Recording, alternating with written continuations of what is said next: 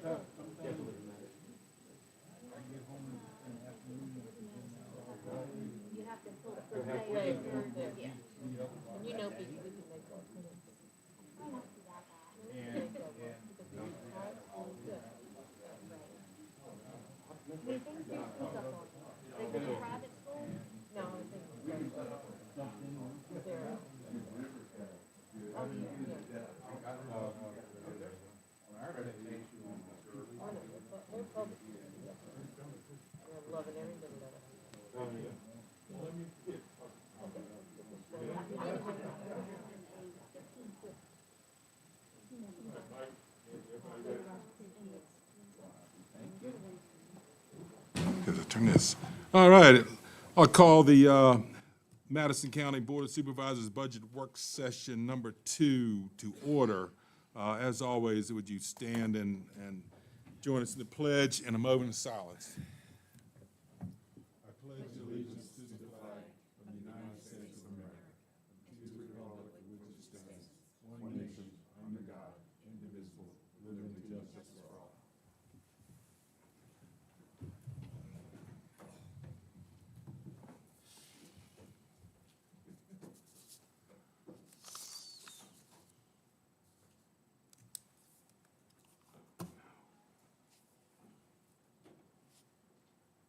Okay, thank you. So the next item is we let the record show that we do have a quorum, and we need to adopt the agenda. Is there any changes to the agenda as presented? All right. So get a motion to adopt the agenda as presented. So moved. Second. We have a motion and second to adopt the agenda as presented. Any further discussion? Hearing none, all in favor say aye. Aye. Opposed, nay? All right. Next order of business is public comment. Is there any general public comment? What you got, Kim? Okay, Kim's good. Then we will close public comment. All right, so now to the FY27 budget work session presentation. So first up, we have the Madison County Fair, and we have Kathy Weaver and Sarah Berry.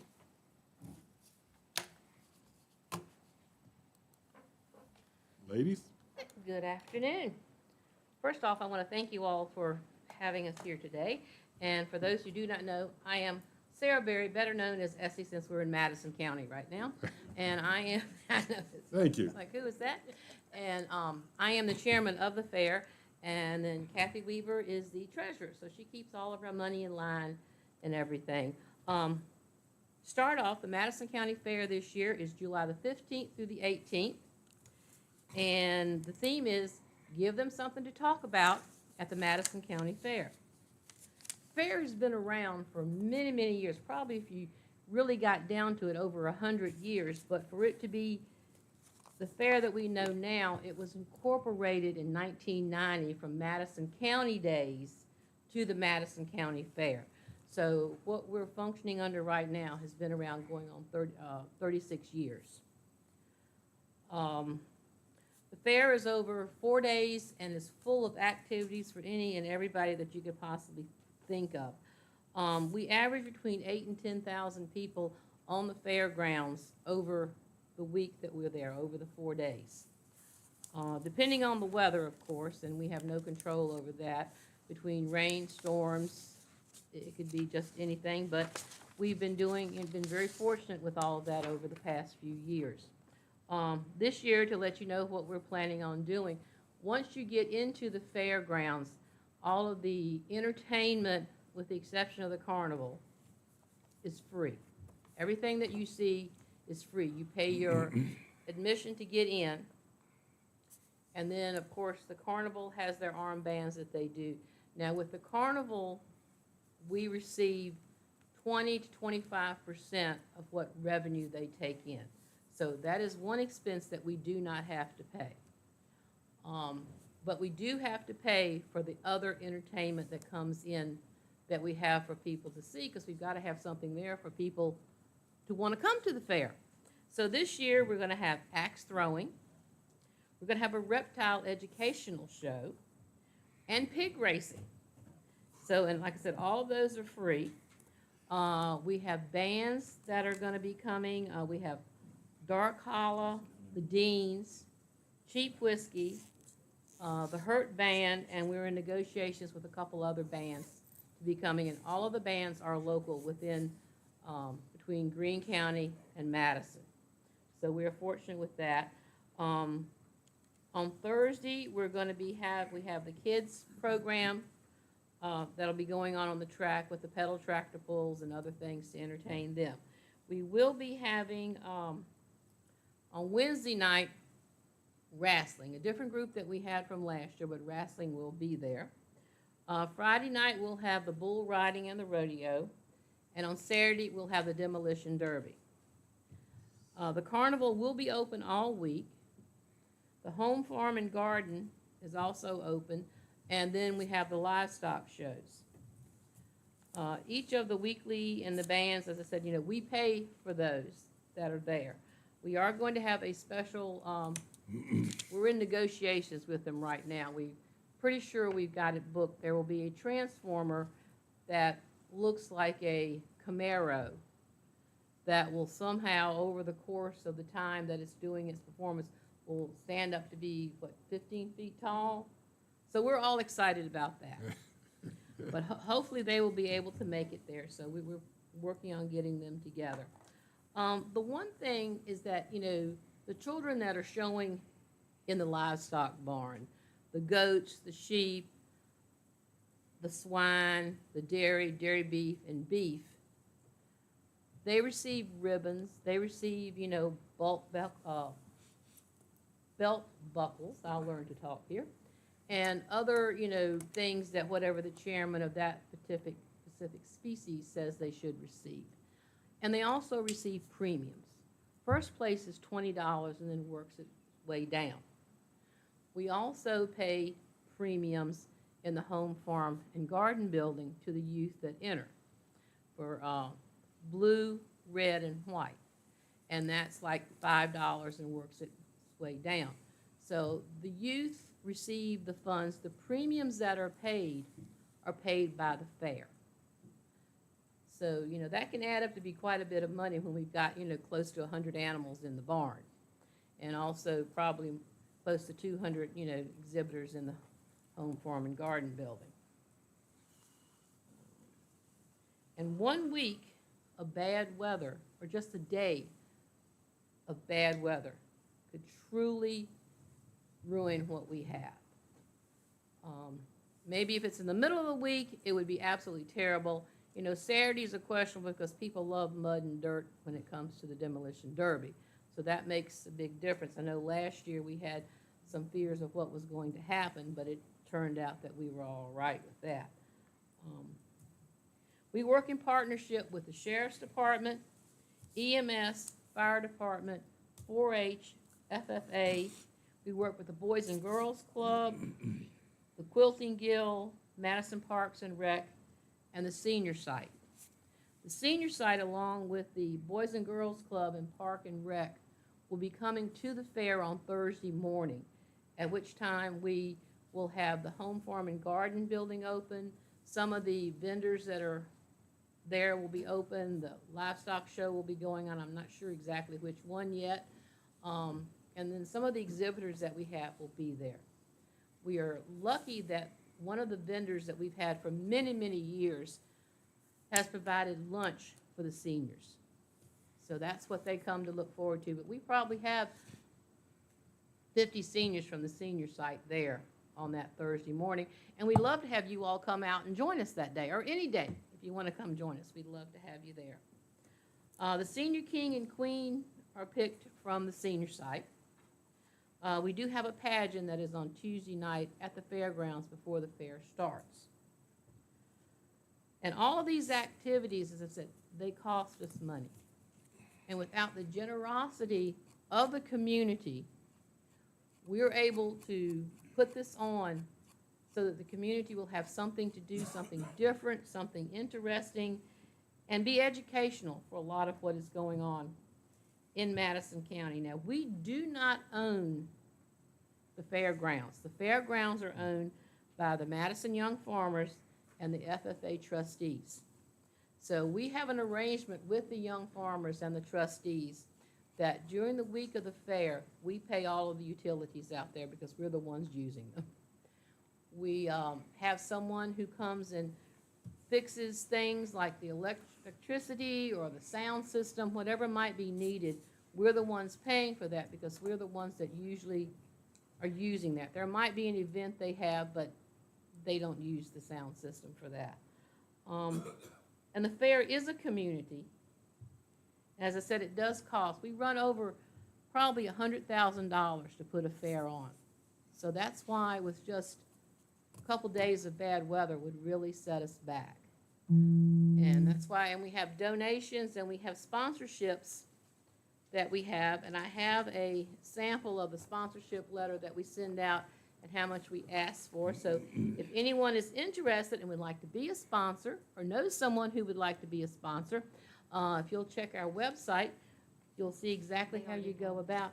And I think you all have a copy of this, or had already been sent to you all that are down there. So, you know, if anybody wants to, we'd love to have you. Because without the sponsorships and the generosity from the board here, the fair would not be. As I said, it is a community effort for the community. And we're always looking not only for money, but also for volunteers. The fair board itself is not as young as it used to be, so we need some young blood in there so that we can get things, you know, moving along. So blood, money, and bodies are what we need. Because we want to have the fair here for the future generation, because it teaches so much to the children to see the agriculture, to see the animals that are here. And it is more of an agricultural-based fair than going out and having, you know, all kinds of, you know, a great big carnival. Our carnival is small. So I just want to thank you all for having us here today. And are there any questions? Questions from the board? Yeah, Mike? Just real quick, you kind of touched on this a little bit, but if we're in a drought, do you promise to make it rain during that week? We do. We do. We actually do. Believe it or not, if there is a drought, it will rain that week. It will be hot the first 2 days. It will probably be about 105 in the shade the first 2 days. The rest of the time, it will rain.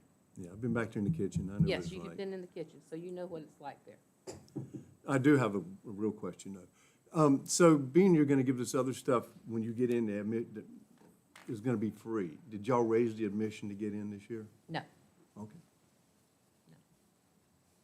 And on Wednesday nights, the admission is not that much.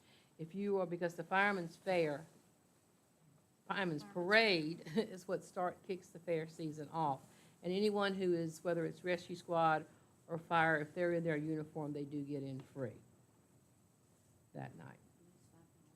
And admission is $5 for Wednesday night, $5 for Thursday night, 10 for Friday night, and then 12 for Saturday. So it's not an outrageous amount, and if you're 12 and under, you get in free, but still, if you've got a family of 5, that could add up quickly. So that's why, you know, and a lot of people thought that the axe throwing, they had to pay for that, but they don't. And that's been a big thing with that, because it's in a contained area, so it is a safety factor. Is that why your insurance is so high? Yes. Insurance is high for fairs regardless. It's amazing. And you must be very careful how you word what you're doing and what you present, because we made the mistake one year of saying that what we were doing on Thursday morning was a camp. And, oh, that just that jacked up everything. So we had to go back and fix that so that it looked like they were just visiting the fair that morning. And that's what they were doing. But like I said, you know, it can get very sticky. Yes, sir. Essie, a few years ago, I think one of the budget sessions, you guys were telling us about the number of kids in Madison that never go on a vacation, that this is kind of the big thing for them. It is. Do you have a general ballpark percentage idea of that? Do you know kind of how many kids don't ever go on vacation in the summer? I don't know, but that's the one reason we try to do what we do on Thursday morning. Because if we can get those kids in there so they can see what's going on, and we have been able to give not scholarships, but we've been able to give tickets to some of the foster children so that they could come to the fair along with their foster parents, because that makes a big difference, because some of those children have never had anything like that, like you said. But, you know, we try to work with, you know, anybody that we can that needs something if they talk to us. What else? Anything else? And just so you know, that we have a fundraiser that we're doing in conjunction with Ducard. It's the Farm to Table Dinner that will be on Sunday, August the 16th. Everything will be locally done that day, local catering and everything, so we'd love to see you all there that day, but we want to have information out about that. So, and that is really the only fundraiser that we have outside the week of the fair. Okay, thank you. All right, thank you so very much.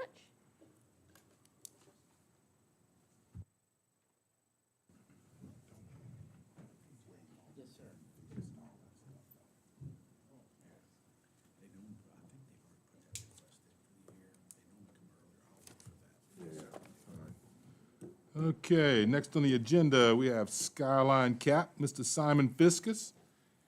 And for the record, I work for Skyline Cap, so I will not be participating in this conversation.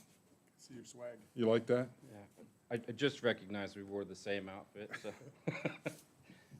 Good afternoon. Thank you, Mr. Chairman, ladies and gentlemen of the board. I really appreciate the opportunity to be here to ask for funds for what we believe is a worthy cause. As Mr. Yao stated, I'm Simon Fiskus. I'm the CEO at Skyline in my 16th year, so we're driving the ship now. A CAP agency is designated by the governor of Virginia. It was designated in Madison back in 1990, and we're to find the needs of the community and then attempt to meet them is our overall purpose. So in our slide on page 2, you'll see last year we impacted 185 Madisonians amongst 47 households and had a lot of volunteer help to do so within the county. The Madison numbers are in blue as appropriate for this area. On the next slide, you'll see our overall financial situation. I have a small correction on here, but we're really proud of this. So Skyline Cap receives almost 66% of its funding through grants and contributions. You'll see the state, local, and federal. The state is actually lower than that. I just discovered before I left the office. The state percent is actually around 7%.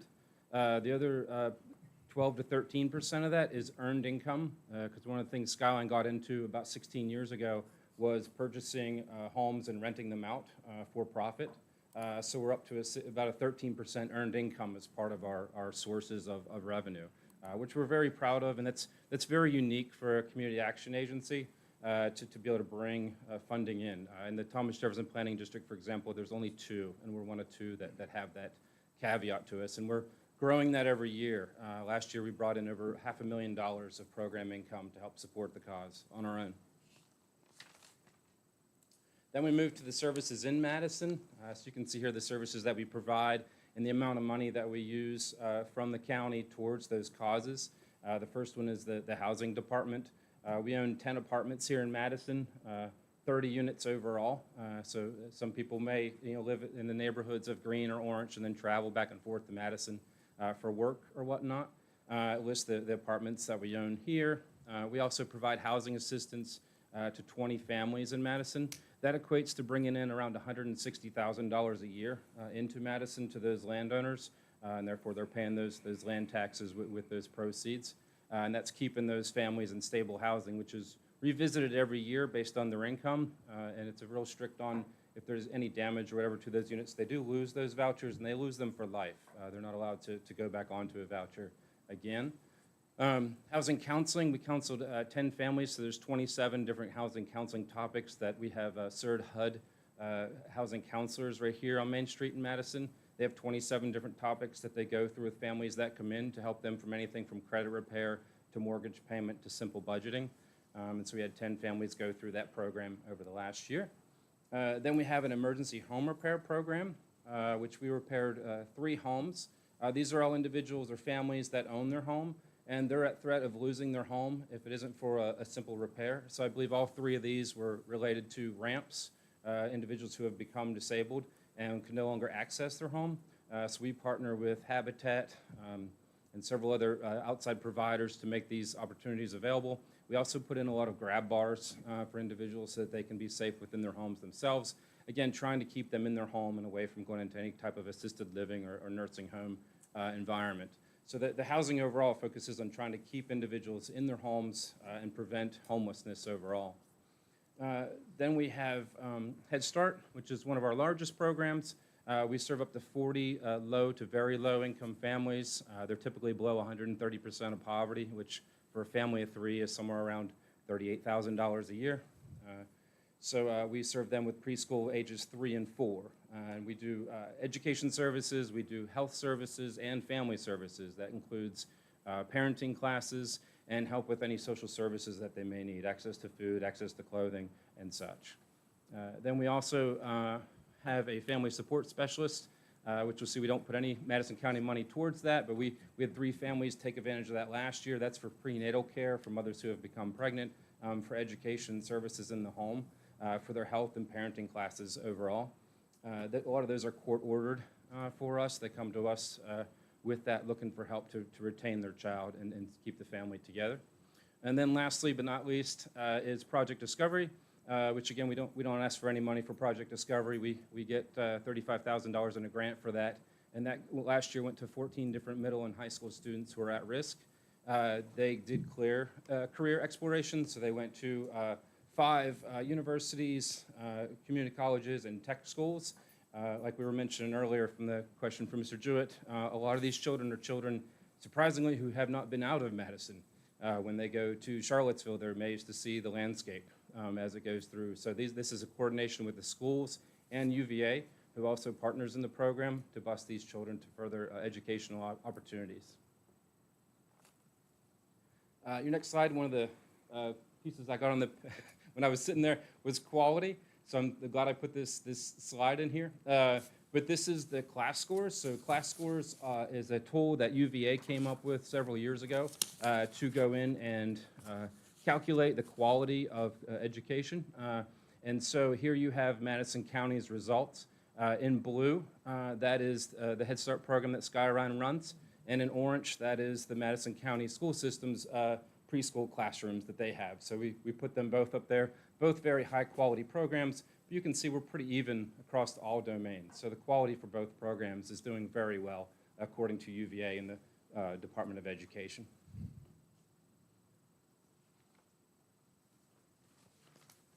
So then overall, we're asking for a $53,350 match, which is around the 8.5% match, not including the $160,000 that we bring in for housing. So we spend around $6.25, if you will, in Madison. And then we just wanted to end up with a small success story. I think I mentioned Carrie Banks last year, but Carrie's been a big part. She's been a Madison citizen, just kind of an example of one of the individuals who's taken care, been in our services. She's a mother of 4 Head Start children here in Madison. She owns a farm with her husband. She's gone through our program. She's obtained her degrees. She's been on our board. She's currently on our board. She's been a lead on our policy council, which is the governance group for the Head Start program. And she serves as a secretary on the overall board as well. And she just accepted this year and is very much enjoying a 5th grade teacher position here at Waverly Yale. So it's amazing just to kind of see her progress over the years. It's kind of heartwarming to see her picture up there. And then last but not least, I just want to thank you very much, one for Mr. Jewett's time on our board. It has come to an end, but he has been a great resource and continues to stay in contact with us. We greatly appreciate that. And Peter Work, who's also a representative from Madison County. Peter's been with us for 8 years now, and he'll hopefully stay on for the additional 2 years of his term. And then we want to welcome Mrs. Sharman for coming onto the board this year. We look forward to working with her too as we move forward. She's already been very involved and been by the office several times. So we greatly appreciate and all about that community interaction, and we thank you for your part in that. And then if you guys have any questions or comments, I'd be glad to take them for you. From the board. Mr. Jewett? No, Simon, I just want to say I was on that board for 4 years and rotated off, and Ms. Sharman's on there. Ms. Sharman, you're really going to enjoy working with these folks. But that is a first-class run organization. Everything that those guys do is just beyond exceptional. And I've been so impressed with their housing program, the way they run it. They've gotten a lot of people into housing. Their housing quality is excellent. Their management of it is very responsible and tight. And I think this is an organization that really serves as an example of how one of these organizations should be run. Mr. Fiskus, thank you very much, and I applaud you for your competence. Thank you. Yeah. Yeah, you do great work, and I was on the DSS board of Ms. Banks, and I had no idea.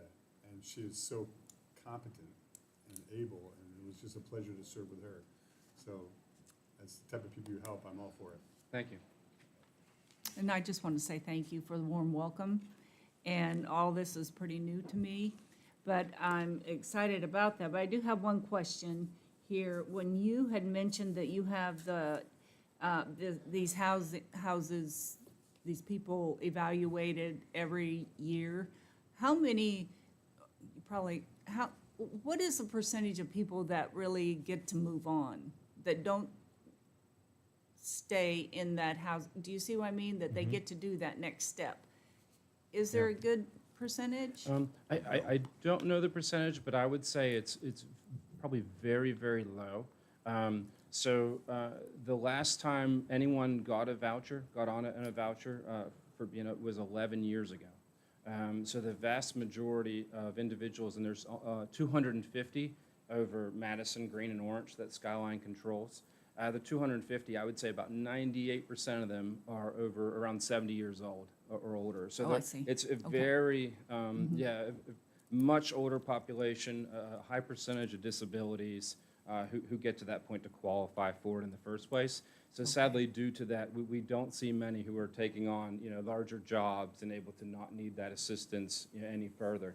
But the number on this program has been reduced drastically. It was around 325 maybe 10 years ago. We're down to 250 now that we have. And again, it hasn't opened in 11 years. No one new has gone on to the voucher program itself. So there's a very low percentage who are coming off. Okay, I have a better understanding of that. Thanks. Yep. Mike, anything? All right, nothing further from the board. Thank you. All right, thank you. Appreciate it. All right, next up, we have Legal Aid Works. Ms. Ann Klockner. Welcome. Thank you. I am Ann Klockner, and I'm Executive Director at Legal Aid Works. We have been serving Madison County since 1980.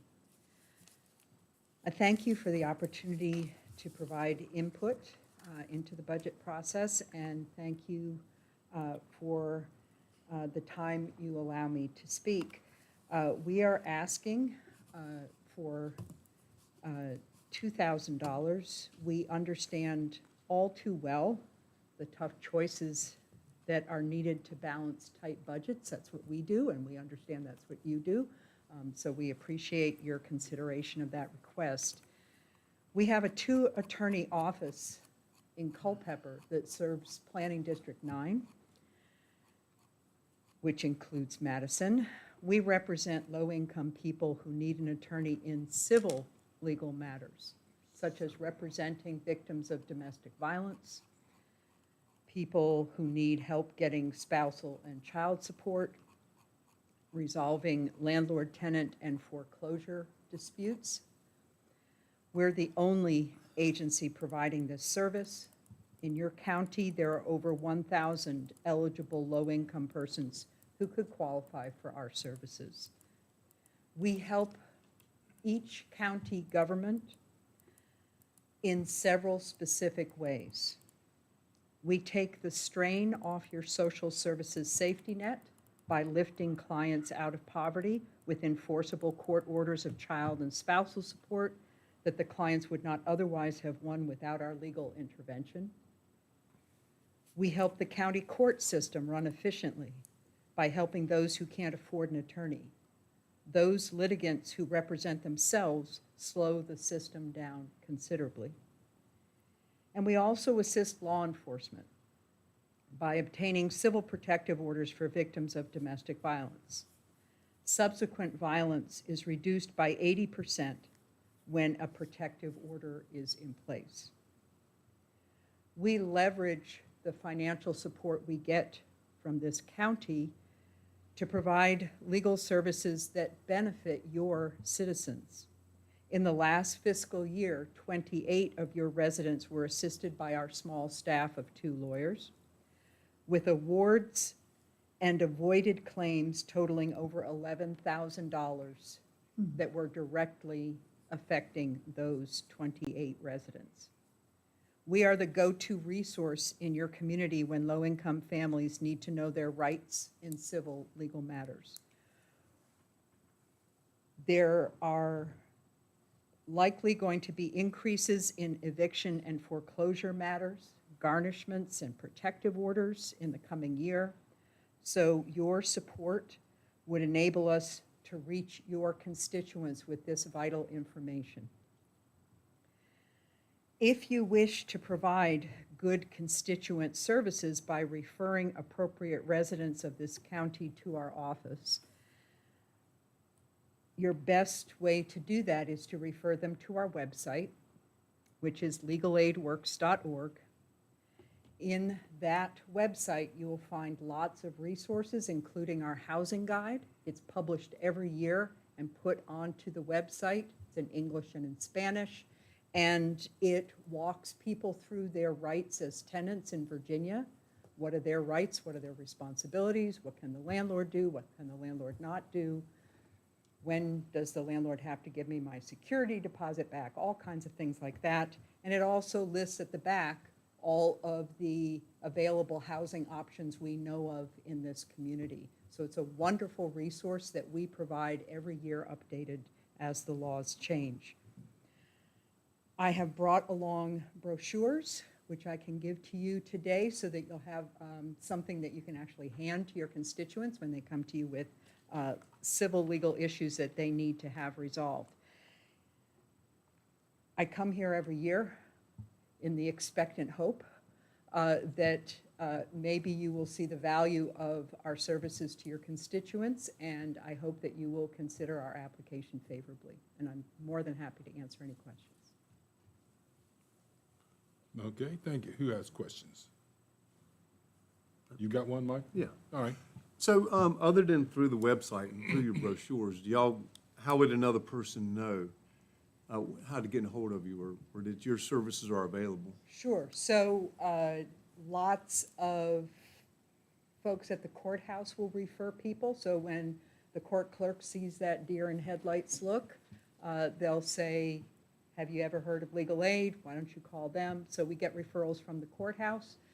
We get referrals from social service agencies. SAFE is a very frequent partner of ours. So when there's a domestic violence situation, we actually go and train their staff in identifying civil legal issues, things like that. So it's Foothills Housing Network. We work very closely with them. So when we are out in the community, we make sure that we're always bringing our brochures and things like that for people to know. So it's a combination of social service agencies and the courts, and also word of mouth and our social media presence as well. And so did I hear you correctly when you said you have 2 attorneys in Culpeper? Okay, and those 2 attorneys cover Madison too? Correct. They cover 5 counties. 2 attorneys. That is correct. In our entire service region, which covers 17 counties, we have 9 lawyers in all 3 of our offices. So one of our board members said we are too little butter scraped over too much toast. And that's a good description one of way how of it putting it, feels. yeah. So we triage, just like an emergency room without enough doctors. So we have to make tough choices because those 2 attorneys can't be in all 5 counties every day. So we do have to make some tough choices on what we can and cannot handle. And so your need, our Madison County need, how big is our need here in this county for you all? So in the last year, we handled 28 cases from this county, and that was certainly a fraction of the need. All over this country, the civil legal needs of low-income folks are about 20% met and 80% not met. So it's very common across this country because there is no right to a free lawyer when you're poor and you have a civil legal problem. There's no guarantee of any kind of representation. So the sad fact is that a lot of people get turned away from these services. We do a lot with a little, and we're very creative on how we can get out into the communities and do outreach and do know your rights presentations and things like that. There's a lot of opportunities for us to teach the local community social service providers what is and is not a legal issue. We don't teach them how to be lawyers, we don't teach them how to give legal advice, but we teach them how to identify legal issues so that they can properly refer critical cases to us. Right, that was my next question, thank you. Mr. Chairman. Yes, sir. So look, you must have a heck of a grant writer. Is that you? Yep. It is, okay. And we need some help with grant writing in these counties. I was hoping it was somebody else. My metaphor is a pitcher who knows where the strike zone is Oh, okay. of the batter. Yeah. You have to know the strike zone of the grantor so that you can put your pitch into the strike zone. That's a good metaphor. And that's where Yep. you get most of your money, looks like. We get, it's a patchwork. We have over 44 different funding sources. We get a lot of individual donations. We apply for foundations, for grants. We have fundraisers. We have a Jazz for Justice concert every year. We are very much looking forward to Give Local Piedmont every year. That's one of our other major fundraisers. So we're always stirring the pot and trying to hustle and Yep. make it happen. Thank you. Welcome. What else? You got, One more. So, being that you served 28, were there more than that in the county last year that actually qualified for your help that Oh, y'all weren't able to absolutely. get to? So how do you determine who you Yeah, get so to? we turn away about 2 out of every 3 applicants, simply because we don't have the resources. And as I said, that's a very common percentage all across the country in different legal aids. And the way that we determine that is we do a legal needs survey every few years where we're actually, you know, we're lawyers and we think we know everything, but it's just possible that our clients may know what they need. And so we ask them every few years. And the 2 things that keep bubbling up as the top priorities for the low-income communities are help with domestic violence issues and help with avoiding homelessness, which means helping defend against illegal evictions and foreclosures. So keeping a roof over somebody's head and keeping them alive and not being killed by their partners. Those are the most critical things, and so we prioritize those. And when we're making tough choices, like if you have a case in Madison at 9 o'clock, are you going to make a 10 o'clock case in Orange County that same day? No, you are not. So even if you get done at 9:15 or 9:30, you're not going to be able to get down to Orange County for that 10 o'clock hearing. So you have to say no to the 10 o'clock hearing in Orange County and take the one that came to you first, the 9 o'clock at Madison. So it's that kind of juggling, both of setting priorities and just pure physics and logistics of being only one place at a time.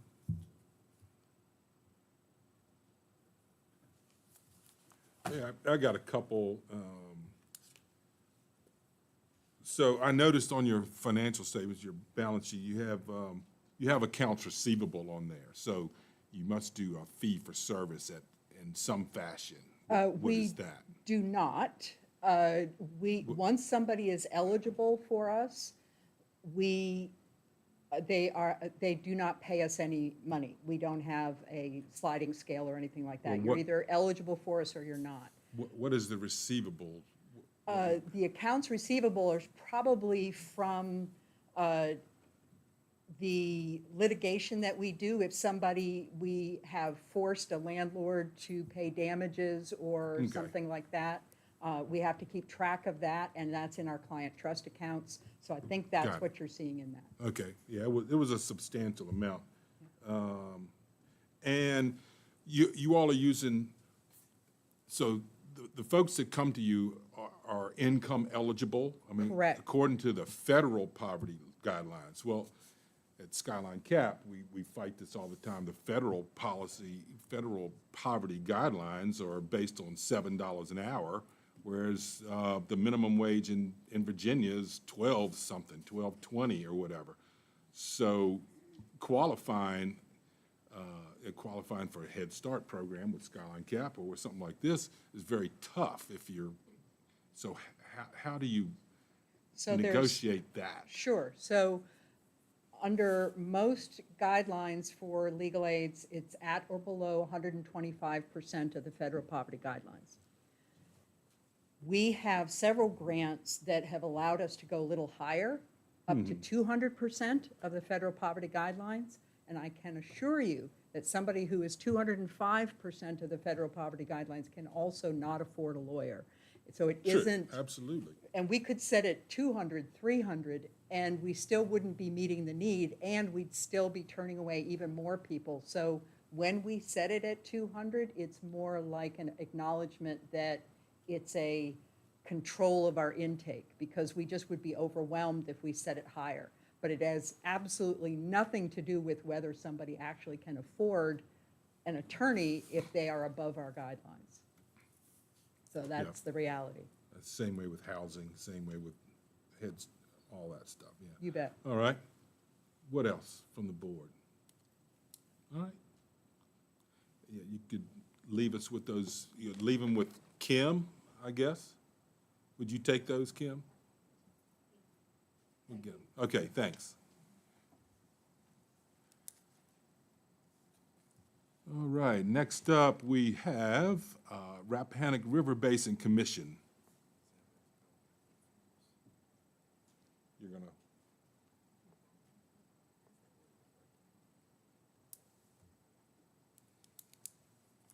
I think what they asked for, $1,000 like they do all the time. Yes, Mr. Chairman, we did not expect Eldon to run down the road. Not that it wasn't important. If you have questions, we'll summons them for the next meeting, but, and I forget who's the representative. Mr. Snyder, I think, was appointed this, during an organizational meeting for this commission. Each year, they request $1,000. I believe they're still staffed with 2 people.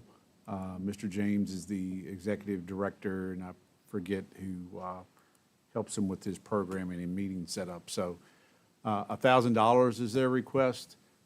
Being a prior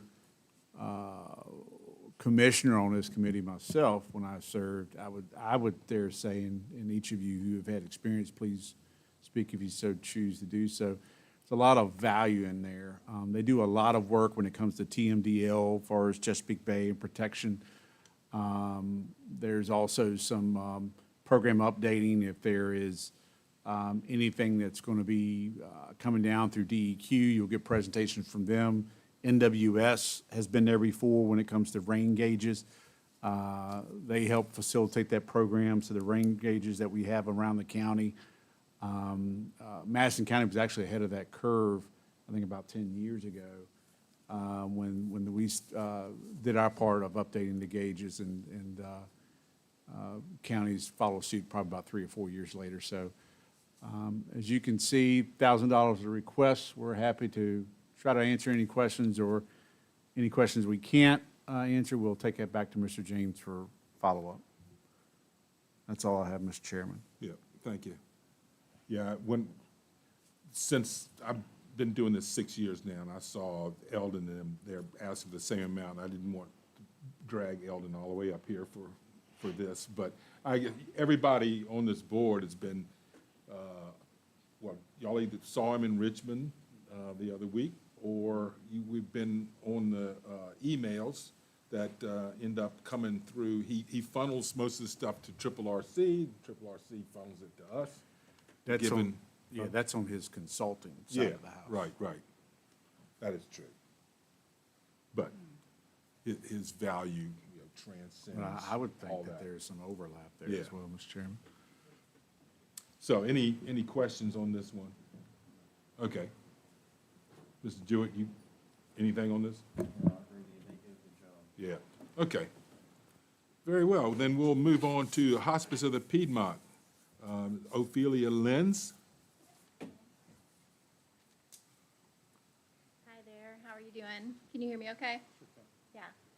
I did have a PowerPoint presentation. I don't know if that's possible, but I can just talk as well, which is fine. Did you send it? Did you email it? I did, Okay, yeah. let me find it. Yeah. Okay. Well, so my name's Ophelia Lenz. I'm a development officer with Hospice of the Piedmont, and thank you to the Madison County Board for giving this time for us to speak about the organization today and what we do and how we serve residents of Madison County. We're grateful to have received funding from Madison County in the past, and I just wanted to share highlight some of the philanthropic programs that I think have positively, hopefully, impacted the experience of Madison residents in the past. So as you know, we are the region's only nonprofit hospice provider. So we serve Central Virginia, 12 counties, including Madison County. Last year, we directly supported 71 Madison residents in end of life through hospice care, and that amounted to over 5,300 days of care that were given to them. We have seen over the last 4 years an increase on average of 6% each year in the number of hospice patients we're serving in Madison, and I think that could be related to the baby boomer generation or our community outreach and education efforts. There is a statistic in Virginia that only 50% of eligible Medicare recipients actually access the hospice benefit and services that they're eligible to access. And so that's one of our missions, is to do this education and outreach so that more people begin to access hospice care sooner on their journey, because we do hear from families who have been think of hospice care as the last 6 months of life. Some people only come on to care for the last few days of their life versus a family that might be in our care for a few months. They get more holistic support at that time. Yeah, so we can move on to the next slide. So one of the ways in which what differentiates hospice as a nonprofit hospice provider is this concept of compassionate care, or some people will call it charity care. So basically, we have on our hospice care teams, we have physicians, nurses, hospice aides, chaplains, social workers, volunteers. Compassionate care allows our physicians to basically make decisions that are in the best interests of the patients. When you enter hospice care, you're giving up curative treatment, but that doesn't mean we don't want them to have the best possible comfort and dignity of their experience. So if they're in a situation where a specific medication that's not covered by Medicare, or a therapy, or maybe even physical therapy or something like that would improve their end-of-life experience, we will go ahead and prescribe that, even though that is not going to be covered by insurance. The other big part of compassionate care is the fact that we will care for anyone without worrying about their ability to pay. So we will cover uninsured patients as well. Yeah. So last year, $6,000 were directed to Madison County residents in this compassionate care fund. Yeah. So we also provide grief and healing services, and these services are available to anyone who's been in our hospice care, but also to any community member, regardless of their affiliation with our hospice care. So we have in-person offerings, we have virtual offerings, and so last year 50 Madison adults took advantage of this service. If you do have a loved one that passes away in hospice care, we'll do 13 months of one-on-one individual counseling for free, which is very robust. But any community member can join a grief group for any reason, and we have specialized ones. And actually, the ideal sort of way to process grief is through group work with other people, connecting with other people in that experience. So, yeah. One of the sort of tied together grief with our community outreach is this concept of the telephone of the wind. I don't know if you've ever heard of one. I had not. So the concept of the telephone of the wind is sort of based around that idea that people have commonly after they lose someone, where they'd love to just pick up the phone and call them, and how healing it can be to speak your grief out loud. It started in Japan, where a gentleman put one up after the tsunami, and people used it. And so it's started trickling around, and so it's something that we've been doing, and our goal is to put at least one of these wind phones into each county that we serve, if not more. So I wanted to just highlight, since I'm here, if there's a space or, an ADA accessible park or somewhere in Madison County that would make a good fit to put one of these wind phones, we would love to install one. Yeah. we have some that are up, and we've gotten some really great testimonials from people who have just happened upon it. They didn't know what it was. They read the description, they picked it up, and they had sort of a moment, because I think a lot of people there are a lot of people around us who are grieving that we don't know. People don't talk about that openly a lot. So that's just kind of an acknowledgement of that. Yeah. So any connections we can make to find a spot for a wind phone would be great. Yeah. And then next slide. So our Kids Grief and Healing Program, I just have some photos up on this slide. This, I think, is an opportunity where we could be serving Madison County better. We served one child last year. I will say 95% or more of the kids who participate in this program have no affiliation with Hospice of the Piedmont. We learn about them through our connections with school systems or community organizations. The statistic is that 1 in 12 children in Virginia will lose a parent or a sibling by the age of 18. So this is a service that is definitely needed for a lot of kids. We provide one-on-one counseling, grief counseling. We have 4 of these, we call them Journeys grief groups, grief camps that we run each year. And then we also do a monthly family workshop. So just supporting kids on their grief journey. And then another way that I think one of our other philanthropic initiatives that is something people don't really think about is how a lot of times when you are losing someone, you're not financially prepared for it or for the cost of the final arrangements, which the cost of affordable cremation or affordable burial is out of reach for a lot of people. So the Serenity Fund is something that was started just as an idea that there are a lot of families that need this extra support.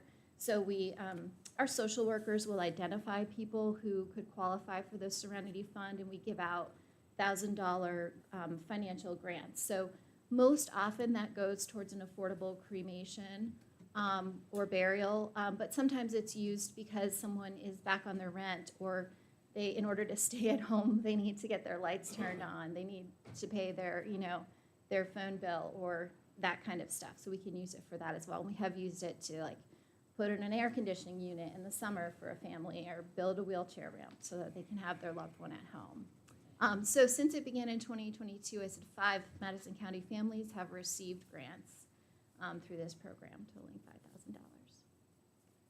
$5,000. So those were just, thank you again for your support. Those were some of the philanthropic initiatives or programs that I wanted to highlight, but I'm happy to answer any questions you guys have.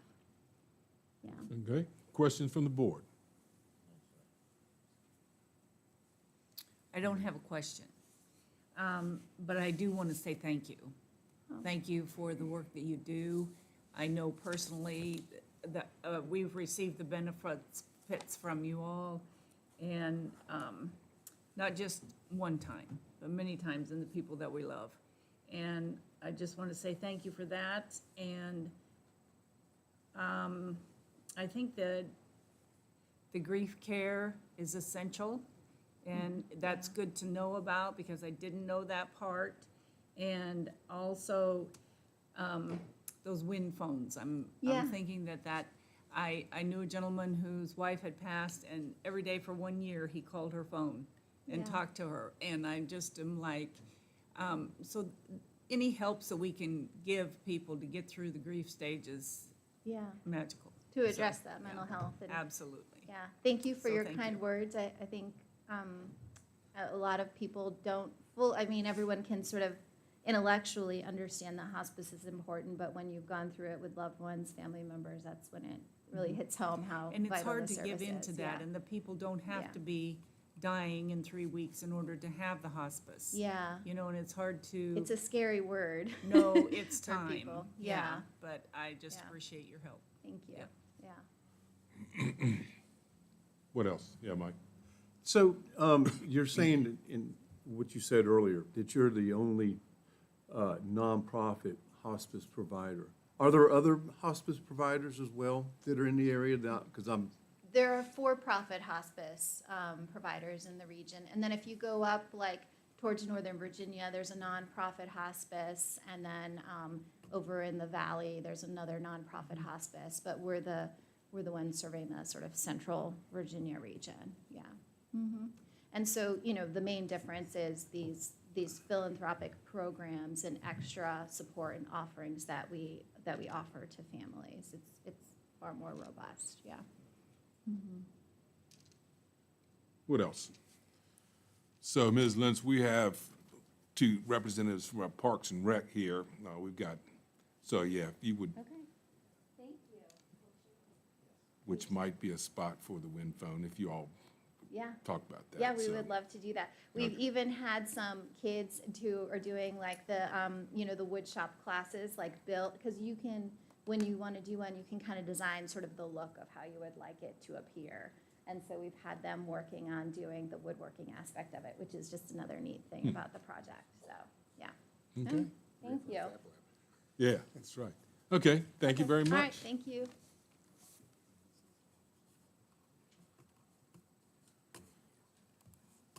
Okay, next up, we have Finance and Human Resources. Ms. Warren. Thank you, Mr. Chairman. Let me make this big enough so that everyone can see.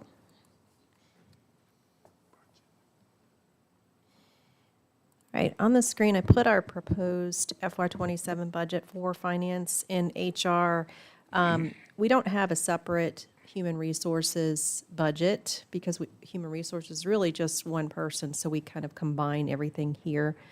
So in the first couple lines, auditing services, accounting services, and valuation services, the only increase for next year that I anticipate is in valuation services. We need to do another OPEB actuarial valuation for the county and schools. And we have received a quote from, is it Millman, I believe is the name of the company. And that quote came in at $9,700. So those valuations are required every few years, and that increases that line item by $5,700 from last year. In the salaries and wages, full-time, part-time, and all the fringe categories, which are the next 1, 2, 3, 4, 5, 6, 7 lines down, I'll talk through the only increase that I have placed in here is a 3% COLA as a placeholder. And what I've done in working with all of the various departments, is put a 3% COLA in as a placeholder pending board approval. And where that came from, that 3%, is looking at some of the statistics on cost of living adjustments, Social Security, what Social Security Administration used last year, all of that. And that's where I came up with the 3%. The VRS, which is the retirement for the county employees, the renewal rates did come in, and they were decreased from 9.57% down to 6.54%, which was huge for a good savings across all departments, and we'll be able to help offset that 3% COLA because we received that renewal rate at going down from 9.57 to 6.54. On health insurance, I do want to make note that at the time of preparing this budget, we had not received our health insurance premium increase, and I placed a 5% escalation in there. Well, we just received the rates yesterday. And so I'm going to have to adjust all of the budgets because we did receive a little over 14% increase on health insurance costs. So I'm going to be running some scenarios, based on whether the county incurs the full burden, whether the employee picks up a portion of it, and I'm going to do some scenario planning to show the difference between that. So that number will change on health insurance. And then accounting services, get down here to I decreased that down to 0. I'm really not using that line item. I haven't, since I started with the county, really used it much. So I think we had that prior to me becoming the finance director. We used that quite a bit for outside services.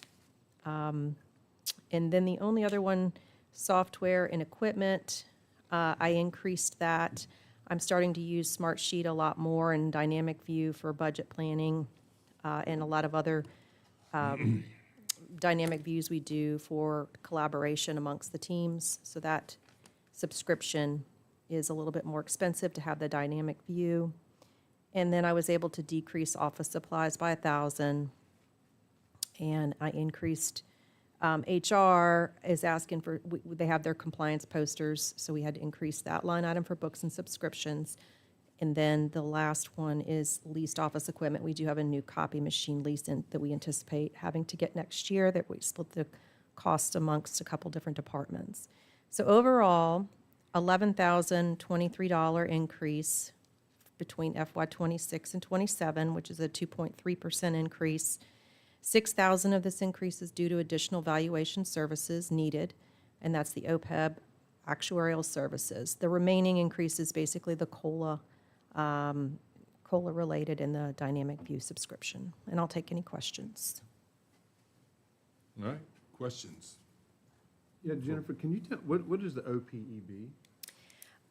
That's the retirement overall for all of the county employees. They have to do evaluation periodically of the fund and, look at the actuarial data that they look at is, who's retiring when and the fund value, basically, so.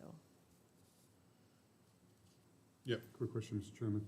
Two quick questions. VRS is the retirement system, you said? And why would that decline? Well, I think with VRS, the way it works is, again, looking at the valuation, and, who's in retirement now, who's paying into retirement, that whole valuation process. How much do we need as the county to contribute year to year? It changes. So since I've been with the county, it actually has gone down, I think, twice, so. There's Plan 1 and Plan 2s that were done, I think somewhere around 2007 is where Plan 2 comes in. So all depends on tenure, who's in the program participating.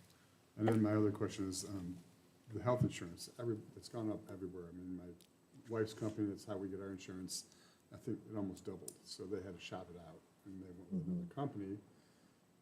Do we look at that, or how does that work? I think that's going to be, what I'd like to do is meet with Jonathan, Brian, and Tilly and I and brainstorm with the insurance broker, the plans that we're on, and whether or not we should consider, get their recommendation, the broker, on the deductible size that we have on our plans.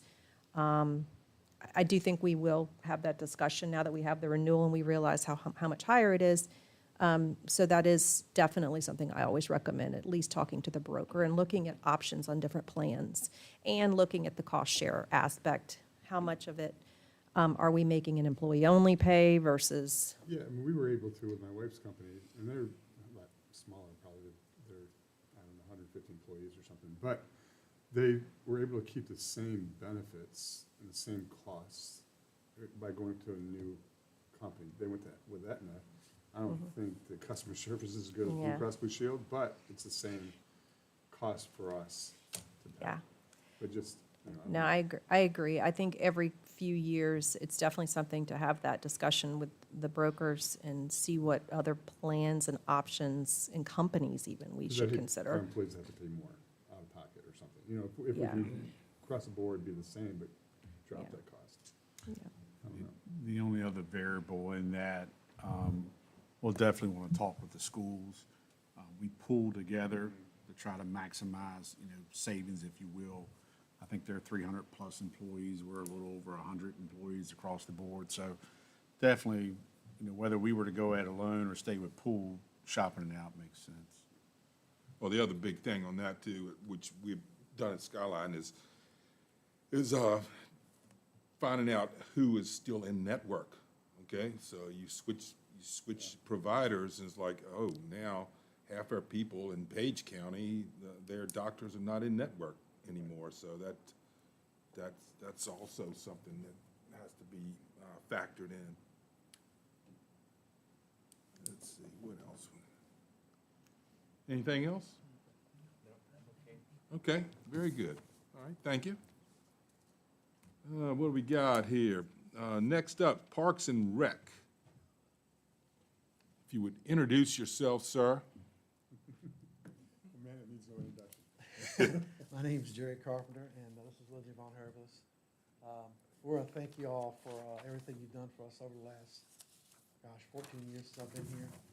We've grown a lot in Madison. It's due to the supervisors and county staff and the volunteers and the citizens of Madison County to be where we're at now. In 2025, fundraising, we raised $1.7 million for PRA for this for the outdoor rec center. And also Support Hoover Ridge raised over $1 million.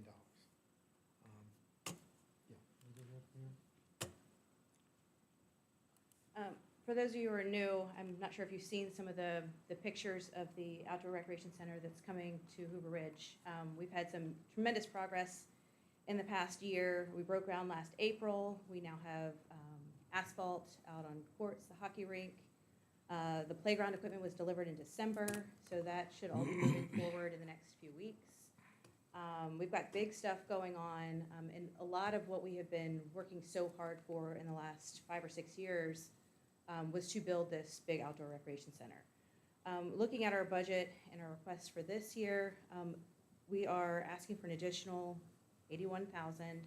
A lot of it is to cover the new outdoor recreation center. So the concession stand, some additional support staff to work in the park once we have the concession stand, and the restrooms built, when we have the splash pad built. So it's really kind of difficult for us to plan when we don't have the stuff built yet, but by next year, later in 2027, we may have it. So this time next year, we could be talking a different story and have the splash pad in, but we'll need funds to operate the splash pad, electrical, and all those things that we just don't have in place right now. So some of the biggest changes outlining in that first part of the budget, the contribution from Madison County, it increased from 136,000 to 192,000. That is to cover our operating costs to run the park. That includes any of our part-time seasonal staff, our maintenance, custodial, facility supervisors that we use in the gyms, our electricity, utilities, office supplies, all of those things that you see in the operational expenses section for the next 2 to 3 pages. The county employees contribution, line item number 2 in yellow, that is our 3 full-time employees. That's me, Jerry, and another maintenance guy, Ira Smith, and our part-time staff, Kiara Cintron. We would like for her to be considered as a full-time employee. So right now she's 30 hours part-time per week, and we'd like for her to go to full-time. So that 27,000 increase is to transition her into a full-time with benefits and the additional adjustments that Jennifer has made in our, Jennifer and Tilly made in our Fringes. compensation, yes, in French. So just going down that first page, the recreation facility attendant position, that is like the 4th line item down, 4th or so. The addition of $41,000 and change, we are anticipating needing someone at the park 7 days a week from May to October for about 15 hours a day. So having 2 different staff members have an overlapping position to run a concession stand, check the splash pad, chemicals, and all of that stuff, and clean up around the park as they're working in this shift. So, once we have that concession stand coming in, we could be making income from that. We just don't have it built yet. So it's really hard to plan when you don't have it built. Additionally, they could offer rentals for equipment and court space. So that's also stuff that we could have in, we just don't have it right now. Moving on down to the orange section in utilities, we have an increase in $3,000 just for the splash pad at the Outdoor Recreation Center, the electricity there, and for the concession stand. So the splash pad would be estimated at $180 a month for 5 months, and then the restrooms, it's cut off. That would be $180 a month for the year. So heating, cooling, refrigeration, all those things to run the bathrooms and concession stand there. We will also have a new maintenance building that should be finished in the next couple of months.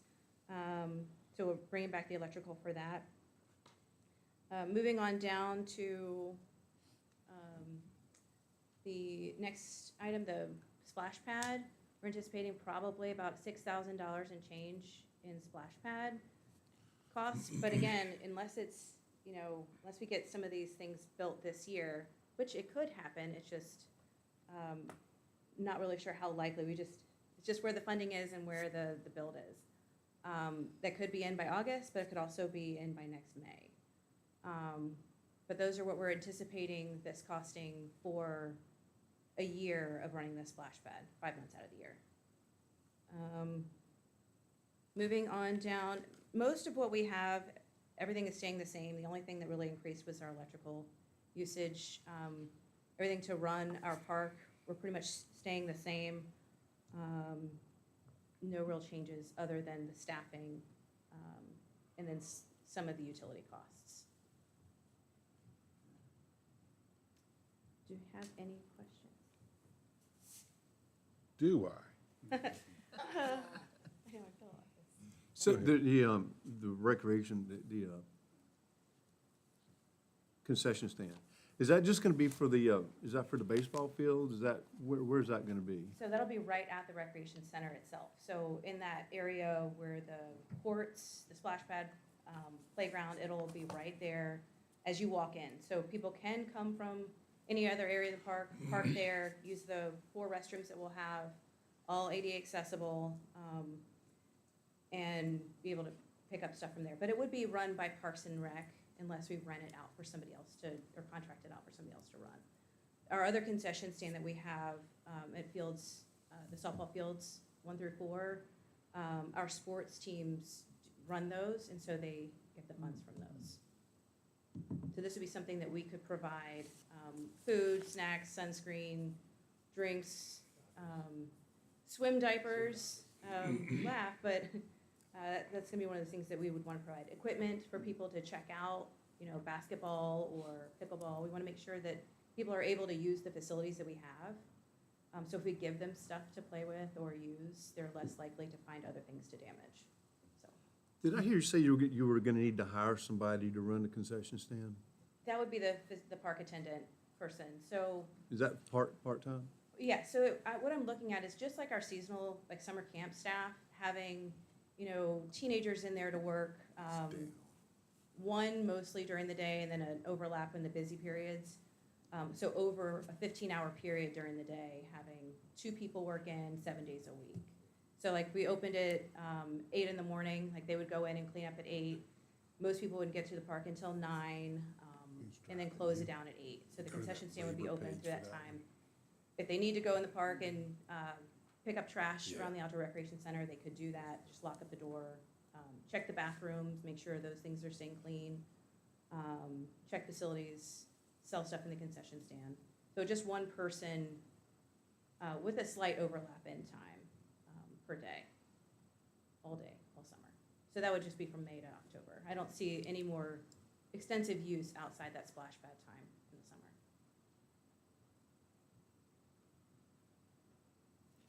So Lindsay, I'm sorry. So Mike, there's the calculation of the recreation facility attendant next to the last line on there. Just blow it up a little more. So the top section is our Parks and Recreation County employee staff, the 4 that are under the county. And then the other, the park operations staff, those are our part-time facility supervisors, our custodial staff, maintenance, that we have mostly seasonal employees are paid for out of that operations budget. And that would include those 6, we were looking at probably about 6 different people working, you know, 20 hours a week each. Nothing in the full-time range for the summer, but it just kind of would vary on the seasonal. We could do 4, but it's better to have more people to choose from, people taking vacations and stuff. But if we don't have a splash pad, then we don't need those I would agree. folks, right? I don't think if we don't have a splash pad and if we don't have a concession stand, I don't think we need those folks. What's the likelihood? I think the splash pad's not gonna happen till what, next May? Right? It depends what those numbers come out in the next couple of weeks. So we're making, you know, big strides in fundraising. So it just depends on where those funds fall. And what about the concession stand? What's the likelihood that's, Possible donor.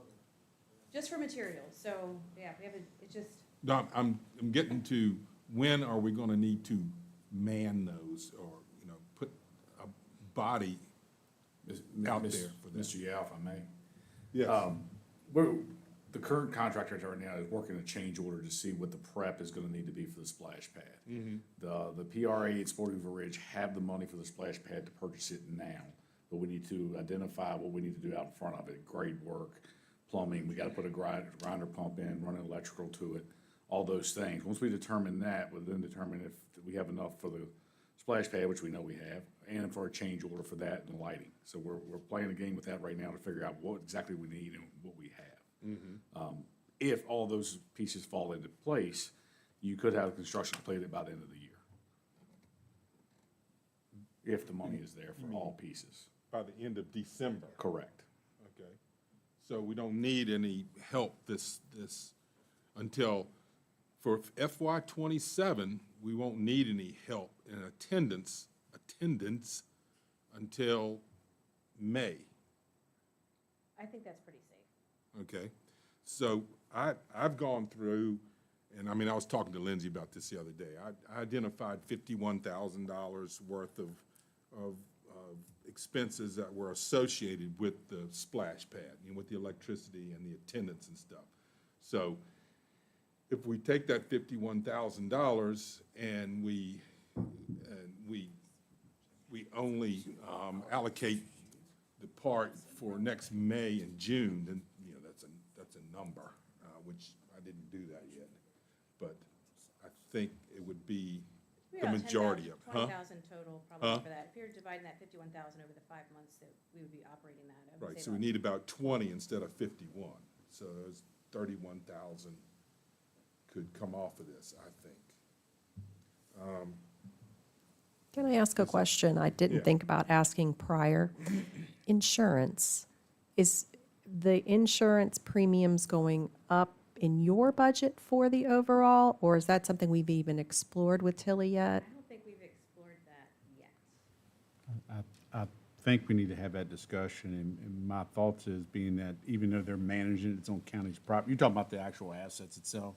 Well, no, like the overall general liability Oh. of the park being open and whether our rates are going to go up. Yeah, we need to have a conversation with Tilly about that. But on top of that, any of those assets, to make sure they show up on we have a listing schedule, like we found out with the barn, that we need to do So it. like I would say the permanent, the structure part, sounds like because of the way the dorm was handled, that would be. Yeah, she's thinking about the liability Yeah, if like- someone comes out That there. would be, I would say. What I have on the screen now, this section, Yeah. I didn't even think about it until now, but Yeah, that 4331 may be way too low, depending on, I think with what we have, we could make sure that's covered. Like, I don't think I need to ask for additional county support to cover, I couldn't imagine it doubling, but I think with what we currently raise and. We can always also reach out to our neighbors. The town of Culpeper has one of these things, if you will, splash pad, and just kind of see what they're paying for that. would you mind sending an email to Tilly to ask her to explore that for, thank you. Chairman, may I? Ms. Von Herbulis, I just love that name. It's one of my old employees. Small world. It's small world, right?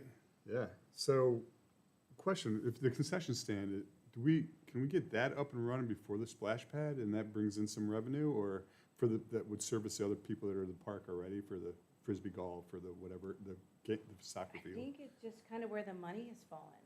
So if you're already gonna put in electrical, all you need for the splash pad is just a little bit of electrical and some of the plumbing. But you definitely need, all of that in place for the bathrooms. Splash pad, the thing with the splash pad is we have to purchase the equipment this year, or we'll get those. Price goes up. It's gonna go, Yeah. by probably around 20 grand, because it's such an expensive piece. So if we could purchase that first, I mean, we've got the playground equipment sitting on site right now, it's not ideal, but if it came down to that, purchasing that, I guess it's just where all the money goes, and where the interest is, like what's gonna draw people to your park. If you want to bring people in, maybe they'll donate if they're able to stay and play all day. Or, I was adamant before about making sure the bathrooms were in before we had the splash pad. As a parent, wanting to be able to change your kid before you get in the car, all those things, I definitely wanted that in, but it's just kind of where the money's sitting right now, so, and what's feasible. But if we get this donation, it should help. Thank you. Is the weather affecting some of this too? A little bit. Yeah.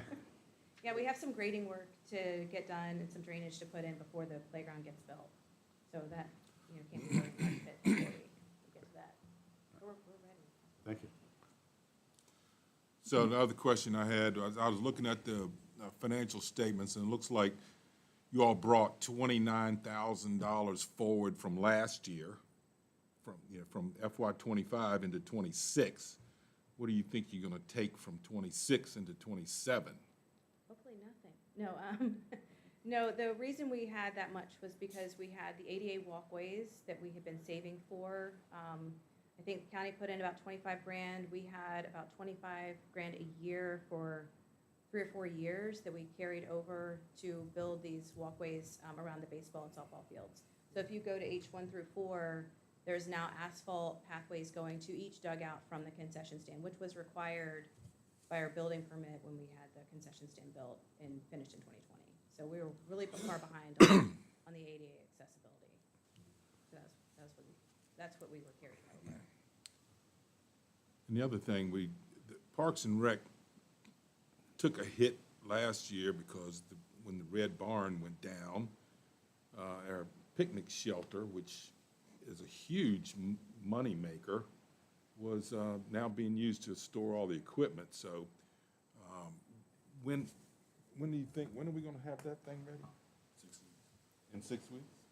We'll be able to start having picnics under the picnic I don't know what shelter? the picnic shelter was generating, but yeah, we were generating some. And we can anticipate with that picnic shelter, once we get that back, getting a lot of rentals, because we won't have rental space down in the outdoor recreation center area. So people who are gonna host birthday parties at the splash pad, they're going to need a place to go. During the construction, we tried to retain one of the shelters that was down there, and just with the design, we ended up having to take it out. So that is now over the softball fields. But once we have our picnic shelter back, I can see an increase in facility usage there. And when we have a park attendant, they can turn over those facilities so we can do more than one rental a day. Right now, we're kind of at the mercy of whatever weekend staff we have, if we have 2 rentals in a weekend, to go in and remove all the trash and make sure it's ready for the next day. But if we have a park attendant, we could do 2 4-hour blocks on a Saturday as opposed to just 1 each day on the weekend. Okay, I got one more question, explain why we need to go from a part-time assistant bookkeeper to full-time. She is way more than just a bookkeeper. I would say the financial part of her job is still maybe, 10, 15 hours a week of what she does. She is involved in our planning events, social media, summer camp. She's run some programs and activities and events. So she does all of, the stuff that I also do. So we're just growing so much now that it is, needed to have this person who's not just a bookkeeper anymore. Kiara does a little bit of everything. Yeah. They open gyms and stuff like that too. She's doing really good. Mr. Chairman, I have some Yes. labor questions, if I Okay. may. So I just want to understand the labor requests. So to piggyback a little bit off the chairman's question, so the request for moving Kiara from PT to FT, that would keep her still at the admin assistant position, not the not park superintendent, what did we just call that other position? Park attendant. Park Attendant. attendant. That would be a new part-time or full-time Those request? are all part-time seasonal staff. I wouldn't want to give that to somebody with a lot of, an education, a This is someone professional. like a This is park somebody- monitor, and Yeah, they're it's like cleaning your up and high school monitoring kids behavior. who, 18, graduate, want a job, having them in charge of the facilities who can, more than handle. We employ a lot of teenagers. Yeah. Like even our summer camp, I would say like a high school graduate, somebody who's graduated high school to be in this role, over 18. So is this tenant, is this more than one positions? Like, how many PTs are you requesting? So That's I would, six. I would say 6 would be needed, just rotating to cover 105 hours a week. So right now, with our facility supervisors, I actually have 5 facility supervisors, so Nicole, Khalid, Riley, I have Kiara subs in, and I have Haley. But all of those positions, I don't have them all listed, but their hours are there. So that we're covering them by the hours, but I don't, just because we end up needing more people than we start with in the year. And what they do is they open the gyms up. All right, so these are not just tied to the outdoor recreation. This could be there, it could be wherever needed Yeah. for I mean, Parks and it Rec. could be those people, but the additional funds would be needed for that time of year. All So right. my facility supervisors, but they make more. They've been here, some of them have been here a while, Like the park attendant would be a similar position. But we would need more funding for that, more than what we have right now for facility supervisor. What is the tenant, did I hear 20 hours per tenant position, or is that 15 hours? How many hours was that? I would say less than 30, so you're still doing part-time, but it's still seasonal work, so, Per each position, up to 6 positions? yeah, so I would say 15 to 20 hours a week or more. So if we had somebody who could work 40 hours a week seasonally, it just depends on, we just need 105 hours a week covered. Okay, amongst the 6, and they could be Among the- used, yeah, the and they could be used anywhere in the park Yeah. down there, okay.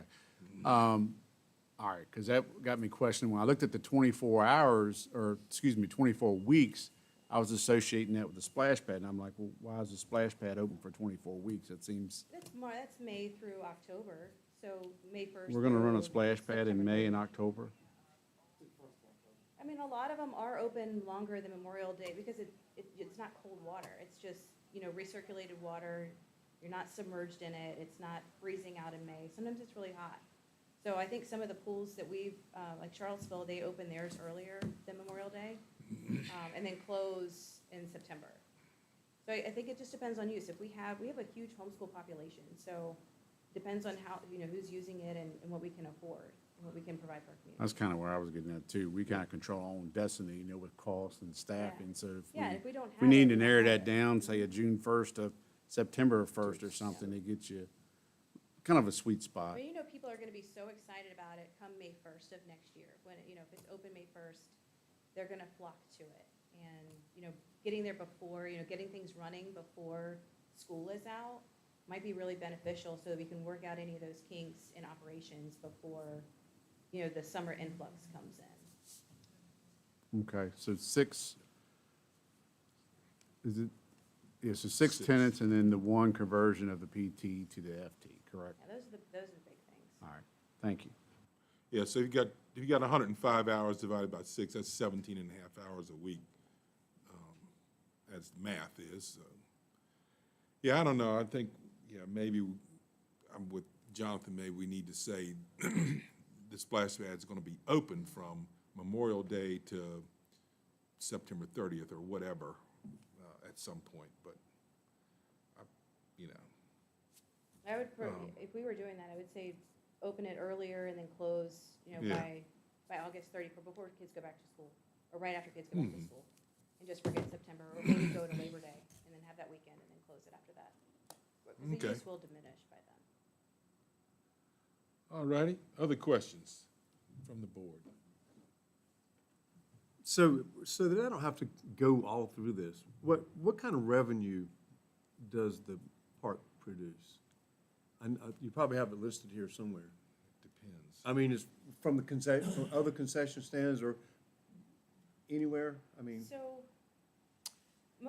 so any of the programs and events that we run, all of it is going either back into the program itself to run it. Let's say like our Haunted Woods. If we make $4,000 on Haunted Woods, we use those funds to do our free events, like our S'mores with Santa or our Movies in the Park. So you don't see any of the programs and activities on this because this is just operational. Now, what we do have, that user fee in there, that $29,000 is what we pull from youth sports, rentals, our adult programs. Those are funds that they pay into using the operations in our park. Our utilities, so all of our sports pay 15% to that user fee. Our adult programs are volleyball, adult basketball, and adult hockey pay 50%. So if you pay $100 to play hockey, 50% of it goes into park operations, right there in the user fee. Our rentals that we manage, those also go into that user fee. So if you're doing more, we could put that stuff into back into the park in our operations. Hard to tell on the revenue side what we're making because it all goes right back into this outdoor recreation center, that 1.7 million that Parks and Rec put into that this past year. So that was just the 1.7 Parks and Rec, that was in donations, that was in fundraising. That's what we put into just that outdoor recreation center this year from what we were busy doing in the park. And I will mention that the next meeting on the next Tuesday, David Foley will be presenting the FY25 audit report, and in the audit report, there is a breakdown of the Parks and Rec Authority, so that might give you more intel into their balances, if you're curious on revenues and that sort of thing. All of our sports, they all have their own kind of accounts, so they all maintain their budgets, their revenue. It just kind of sits in Parks and Rec, so it's really kind of depending on, it's just a lot to look at. Especially if you're having to look at all of these departments, it's just, we just didn't include it in, because this is mostly operations. Yes, sir. I'm not familiar with the operations, but I was gonna ask, what about corporate sponsorships? Is that something that's part of the policy, excluded from the policy, where you would solicit corporate sponsorships and they would put their billboards along the fields and that? I don't know, is that something that's We been? do have, You Yeah, do all do our that? youth that, sports do. Our youth yeah. sports are, that usually goes to youth sports, or like our music in the park and events, those Okay. sponsorships as well. yeah, and you go down to E1 and E2, you got banners out on the fences out there. But, yeah, I mean, you're talking about, $1,000 here and $500 there and all that stuff. And those are, I would say the sponsorships for those, $100 to $125 for a banner. That's not the name of it. Jersey sponsorships are now like $300, I think, per jersey, for Yeah. team jerseys. The big ones are the music in the park ones now. It's an event sponsorship. Yeah, I'm just wondering if we just couldn't find a couple of big corporate sponsors. If you've Yeah. got names, we'll take them. Have y'all thought about that before, Jerry, trying to look for big corporate sponsors? Yeah, We've increased our number of events this year a lot. This is probably our busiest year ever. And majority of them, not majority of them, but some of them are to raise revenue for the park. And then we have like the 3 stages of sponsorship at Houston Park. We use them for all events, put up a metal sign. It's the first time we've done that. And the breakdown is 2,500, 1,000, and 500. And the problem is, the local stuff, people get hit on for so much stuff. And it's really hard to like, baseball goes up, softball goes up, different sports, football goes up. It's really hard for them. And most of them are really generous. But it's tough.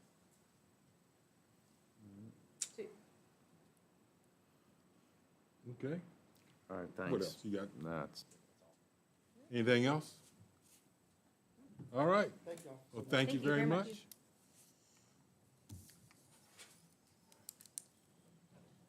Okey dokey.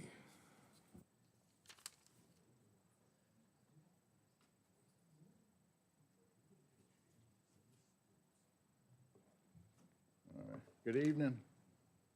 I gotta make this quick. Mr. Berry said I gotta hurry up. So I gotta make this quick. Mr. Berry said, I need to rush along. So- Okay. All right. So any changes to my budget is from adding a part-time position.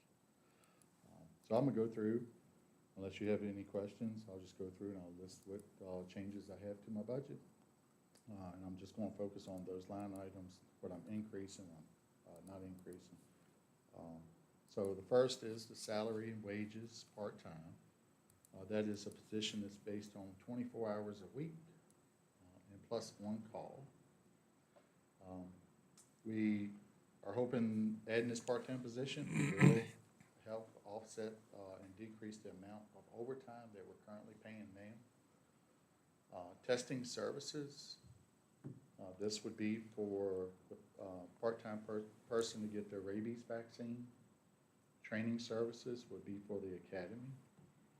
Telecommunications, we did increase that. That's for adding a cell phone.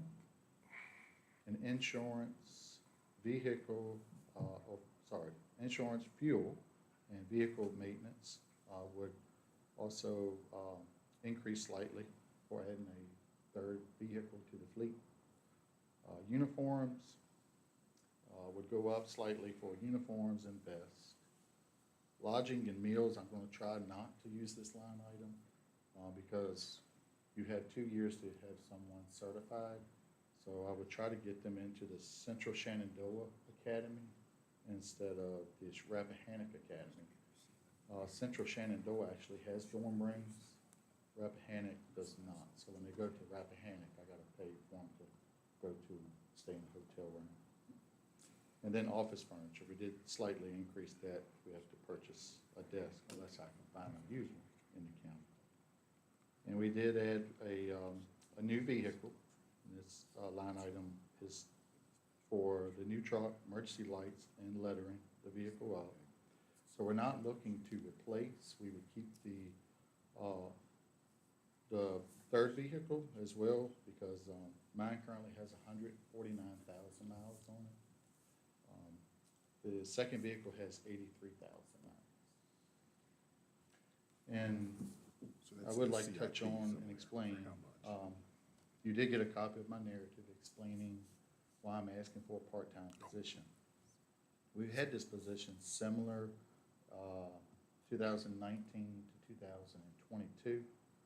It really helped. We had someone that was always willing to cover if the two full-time people were out. So for example, there's no one else in the county that is certified or trained at the moment except myself. So when Mr. Collier announced that he was leaving, he was going to next county over, I called around, tried to find mutual aid, and of course I got turned down because that would leave everyone else short-staffed. So currently, it leaves me working 24 hours a day, 7 days a week. I'm currently doing that now until we get the new person in here and we get them trained and certified. And again, when they go to the academy, that's going to be 3 weeks of training, plus we got to train them on the road. So this, I do feel, is a safety issue to the county. And a lot of the calls that come in after hours, after our emergency calls. They can range from anything from cows in the road, which, thank you again, that ordinance has definitely helped. A dog hit by a car, report of a dog bite, aggressive dog, rabies exposure, and just like Mr. Buchanan and I had the other night, a horse that fell through a frozen pond. Thank you again, sir. The sheriff's office, they're always willing to help. However, they can only do so much. They can put a cow back in the field, but they're not equipped to deal with aggressive dog or transport an injured dog to the emergency clinic that's been struck by a vehicle. And I did increase, there has been an increase in calls over the years, and I attached a 6-year report for you to see. So we're averaging about 170 calls per month. And my apologies, 2025, the total that I have 2028, I believe that's supposed to be 2068. So that's a typo on my part. So when laws change, that does cause an increase in call volume. Like the new tethering law that took effect in 2020, it requires us to ride out, inspect the welfare of a dog that's being chained. So it's more on the road calls. So I did call around and see what other counties have done. They have increased their staff over the years. Orange County currently has 3 full-time. Greene currently has 3 full-time. Culpeper currently has 4 full-time. We have soon to be 2 full-time. And I'm more focused on trying the part-time as savings on like fringe benefits, the insurance and stuff like that. Because we had in the past and it worked. So 2023, the Joint Legislative Audit and Review Commission filed a report with the Governor and the General Assembly of Virginia that is still accurate today. On pages 10 and 11, animal controls have one of the highest rates of workers' comp claims among public safety because these injuries occur when we're restraining a large animal during a seizure or aggressive animal. Or even when we're dealing with an irate owner and when their animals are being seized. Knock on wood, 18 years, I've been lucky, been very lucky. So I understand, yes, there is a cost involved in this, but I feel that it's either we pay the overtime rate, what we're paying now, or get someone in here and pay the part-time person. So I do definitely feel the county would benefit from this to help maintain the coverage throughout the county. And we're experiencing that now, being short one person and no one to help.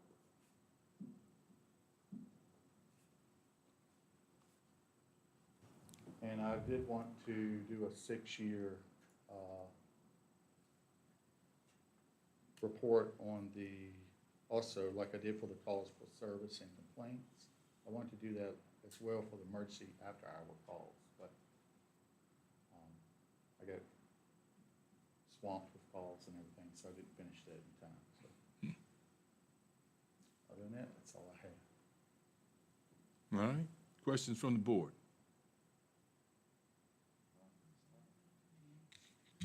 I don't see anything in here for an ATV. Oh, yes, I should, that definitely helped. Or a dry cleaning bill. Yeah, that's right. But no, what you guys do is, it's amazing work, so appreciate that. Yeah, thank you, sir. Any luck on hiring anybody? So I met with Tilly. We have made an offer. We're just waiting. I believe they have accepted. We're just waiting on the background check. Background and drug test. Okay. So get them in here as quick as It's a possible. big step, isn't it? Yeah. So they can't help you for 3 weeks, really? I mean, they can, Well, what can they do in the interim? I mean, turnover is an issue, right? So Yes. what can they do in? So I'd rather get them in here, get them used, obviously, to answering calls, what to do, what to look for, and stuff like that. Okay, Pretty much, I mean, they can help put a cow in, but as far as like being on call after hours, I would rather them, pretty much like sheriff's office do, FTO, field training. I would rather them be out in the field with me, train for a little bit. Plus, you know, get used to talking on the radio, that's a big part too, so. So as soon as we get them in here, I wanna try to, you know, hit the ground running. Try to Right. teach them as much as I can, as fast as possible. so Greg, some people like overtime. They like the money that the overtime provides. But you're saying it becomes, it's until you get to a breaking point where, you know. Yeah, so, So have you They start experienced, huh? they start off, they love the overtime. Right, And then it's like, phew, it's a lot of on-call. We're on call a lot. So 56 hours one week, 72 hours the next week. And then when you go to these seminars, when I go to Virginia Beach and I start speaking to other localities, so how many times do you get called out? Once a week, once a month, once a year? Here it's 2, 3, 4 times a week. So, And I think some of that could be, you have to look at our jurisdiction, animal control is standalone. Some other jurisdictions are under the sheriff. So if you have more pool of people to help do things, correct. sure, but we are a county department. So that adds complications too. Yes. Yeah, that's correct, Mr. Weekly. I spoke to Rappahannock. Said, so how many is it? They said 1. I said, there's no way. There's no way you can only, you know, you do all this with just one person. Well, when I'm not here, you know, obviously they fall back on all the deputies and stuff, so. So that is the difference. One more quick question, Greg. And I always like to hear, when we lose somebody to a surrounding county, or was it a pay thing, was it a location thing, where they maybe lived closer to the. too much overtime. Good. Too much overtime? Too much overtime, they burned out. It was due to the pay and the on-call. Oh, really? Okay, so it was the on-call. And it's burden sometimes, you know. When they start, they love it. I loved it at first. You know, look at how much you're making, because we do compensate. Every 6 hours you're on call, you get paid 1 hour. Unless you're called out, then you get overtime. But then it's like you're tied down at your residence, you know. You just wait by that phone to see if it's gonna ring, so. So at first they love it, and then it's like, all All right, that's enough. And I've lost three, probably about three, last three due to the phone call. Plus the pay as well, the last one said. And Mr. Cave, just to clarify, 6,000 of your request is just a one-time expense, correct? Like, for example, the academy, it's not going to be a reoccurring. So I just wanted to mention that when we looked at the figures, when we tried to make note of the one-time requests, for example, the academy training is just a one-time thing. Hopefully. And the uniforms and boots, that sort of thing. So just FYI on that. The one thing that jumps out at me, look at the health insurance line. That doesn't look right. That's not 5%. What's up with It's that? based on what plan the employee, so prior to the deputy ACO that just left, that person was on, I think, wasn't even on our insurance, and then the deputy ACO came in and they were on the family plan. I don't know, it just depends on who's on the plan at the time. So this is accurate as of the deputy ACO's health insurance plan, how much we pay for that, your plan, the two of you combined, and then an escalation. So in other words, we did not, in FY '26, I don't think we had Ian's health insurance planned in at the time because the previous employee to him didn't take it. Right, well, I'm saying, so we know this employee that we've made the offer to now, we would know what that Yeah, person is. I think when you and I did the budget, we didn't have that information, so now we can look at that to see. Do you want to, we'll work with Tilly to see if they pass the drug test and are hired, what plan they're going to be on. I think they have so many days to pick a plan. So that could change that line item. Yeah, because, so my experience with budgeting at Skyline is I have to budget worst-case scenario. So I got to figure that everybody's going to get on the insurance, and everybody's going to take the gold plan. But since we got a department of this size, I think we ought to know exactly what it is. Okay? Let's see. And how much is the vehicle we're talking about? I was looking for that line item myself. What page is that? So it's on the next page. This is the actual capital request. Right. And it's $65,740. The vehicle cost estimate is $49,919, and the light bar camper shell $14,000, and the lettering decals $1,820, for a total of $65,740. Whoops, sorry. Do we have that on our sheet? Because I can't find it. Yep, you should have it it's in the agenda packet. It's the page after the operating budget. So the operating budget's first, and then the capital request is second on the next page after that. Yeah. It's possible, I don't have we that. just added that to the agenda packet today, so Okay, yeah, I don't we have had to update it. Okay, But if you go to the county's website and download the agenda packet again, it's in there. all right.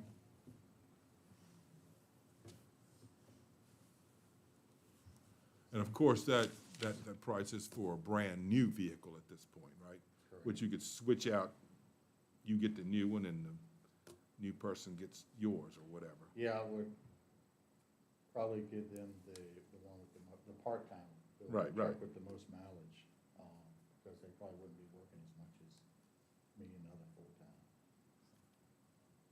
And when we get to the capital budget talk discussions, I put together a smart sheet that shows all of our county vehicles in the life cycle that we can talk through these requests. But I did want the department heads to at least be able to present them to you, and then we'll go into capital more at another budget work session. So that 65 for the truck is not in this particular number? That's the operating budget you're looking at. So the 41,540 that you do Yeah, see, that is not including the truck, no, Okay. because this is just operating. Yeah, it will be, you'll have, I I can't remember, I don't have the budget calendar in front of me, Mr. Snyder, but we'll have a CIP session.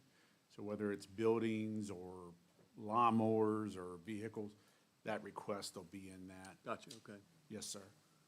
And so I read somewhere in here that you were also thinking about the part-time guy actually maybe be a full-time guy in working with Mooney a little bit in facilities. Did I read that right? That was last year's budget at one time. We did discuss that with Mooney last year, but I Why believe, did I read that this year then?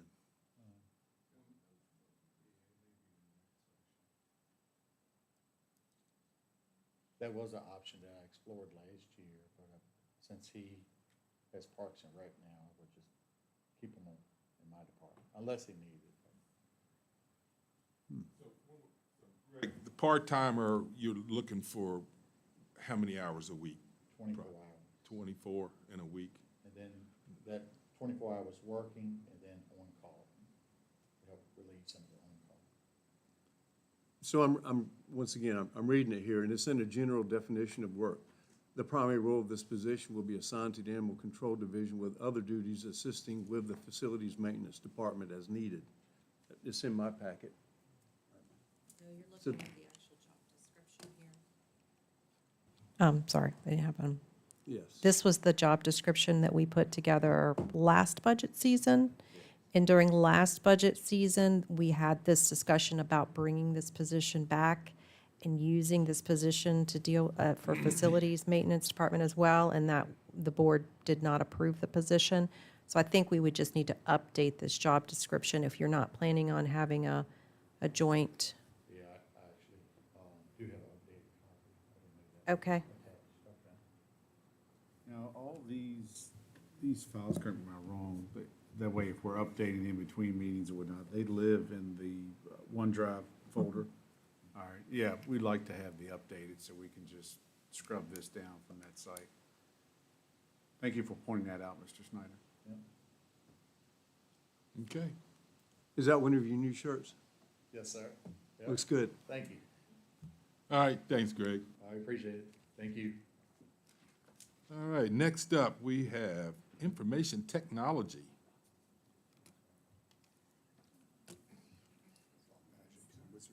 Yeah. All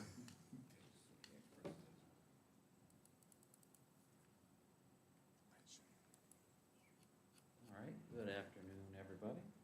I'm just gonna try and go through this fairly quickly. I think most of my budget is pretty much static, other than renewals. I'm gonna start with data processing services. That's our Magna 5 support line. That covers the services Magna 5 provides to us in addition to our Office 365 subscriptions, which is around $43,000 itself. And any support renewals we have with the various vendors that cover our equipment, which Fortinet, Extreme Switches, all of that. So it goes through Magna 5, but it's not exactly them providing that service to us. We just purchase it through them. It's a small increase this year because it also covers some of the attrition equipment that we get through Magna 5, including the WatchGuard APs. So that is essentially our non-capital equipment replacing line through Magna 5. Consulting services, Bruce is no longer here, so we've pretty much gotten rid of that line. For annual support fees, ERP, we are requesting 9 additional Laserfish licenses so that we can bring basically the 414 building into Laserfish. That would include county admin, finance, and HR. For software subscriptions, we are asking to remove our Smartsheet dynamic view, which will lower some of that cost a little bit. We are asking for a UEM program, a Unified Endpoint Management Software, to basically be our workhorse to replace Enable, which is through Magna 5 currently. It essentially allows us to remote into computers. It does patch management, but the version we have through Magna 5 is a watered-down version. Essentially, they have all of the higher authority functions, and we are very limited in what we can do with it personally.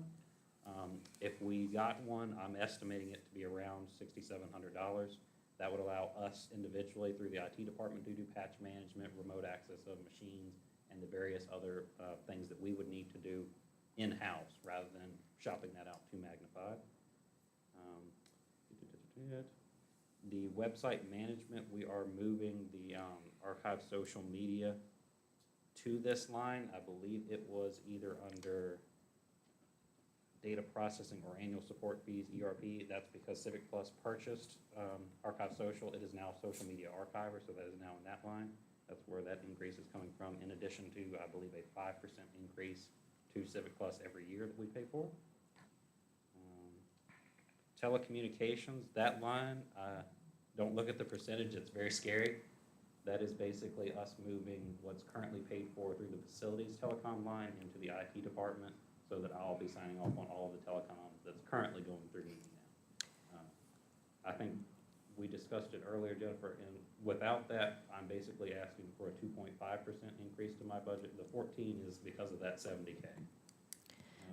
Office supplies, we would like to get a pegboard for tables, and we'd also like to actually get some office chairs. We currently stole the ones we have from the kitchen in 410, so very small increase there.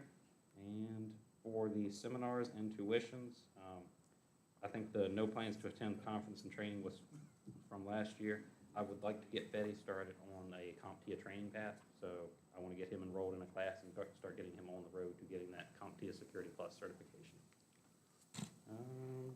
The last item should be that IT equipment and maintenance.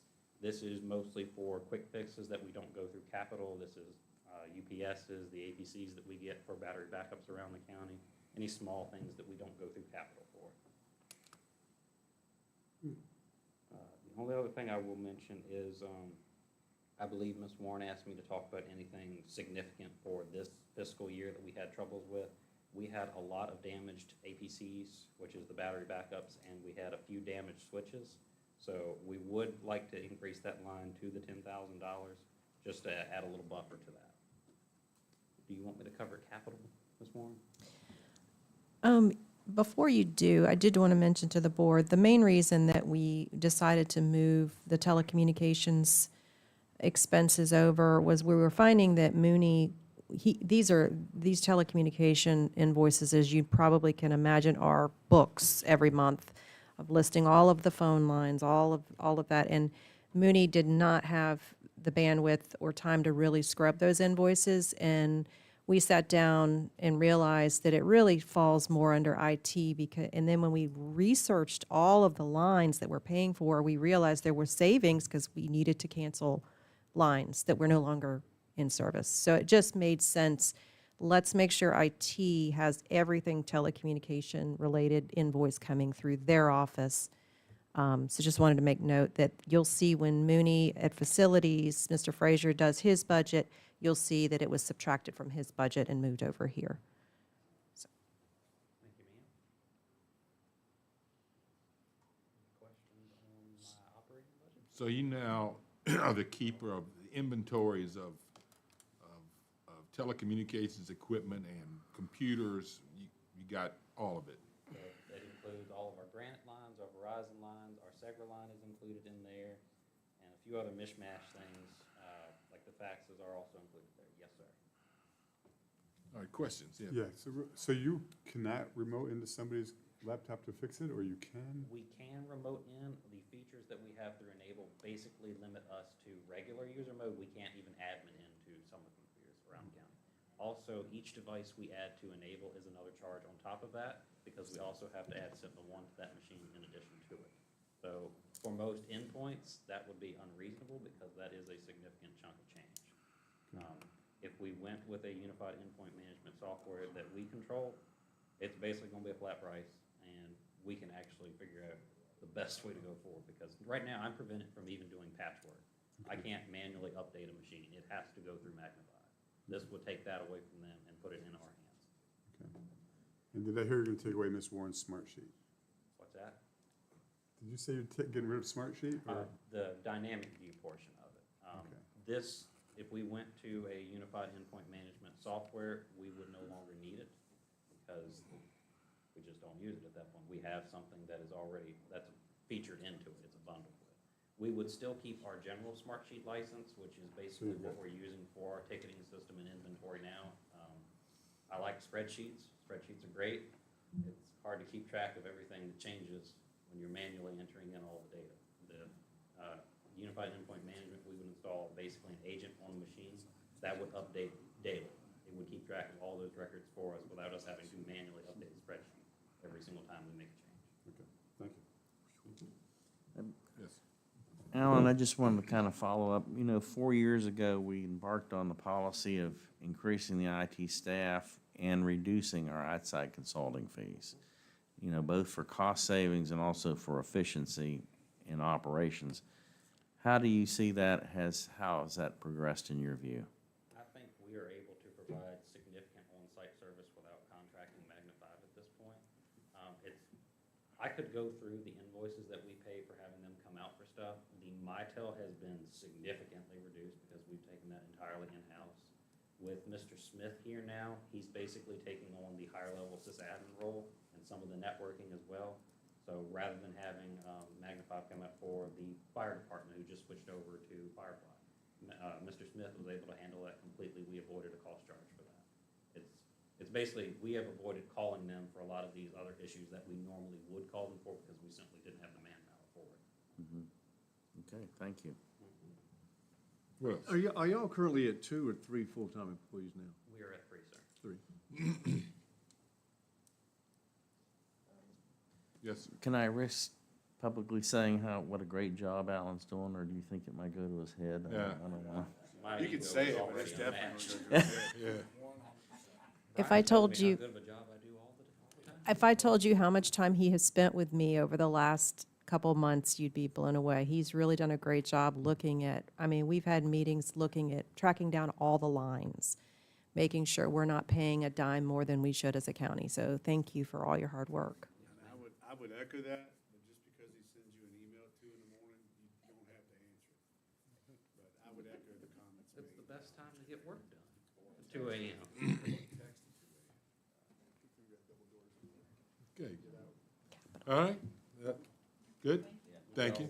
Like me to cover All right, thanks, capital Al. as well? What's that? Would y'all like me to do capital as well, or? It's up to you. We've got If the you list, or, we're gonna cover really, it's just last year, this is the second half of the attrition cycle from what we planned last year.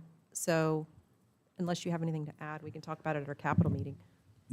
Since you and I spoke, I just discovered something in her wonderful debt presentation I just reviewed.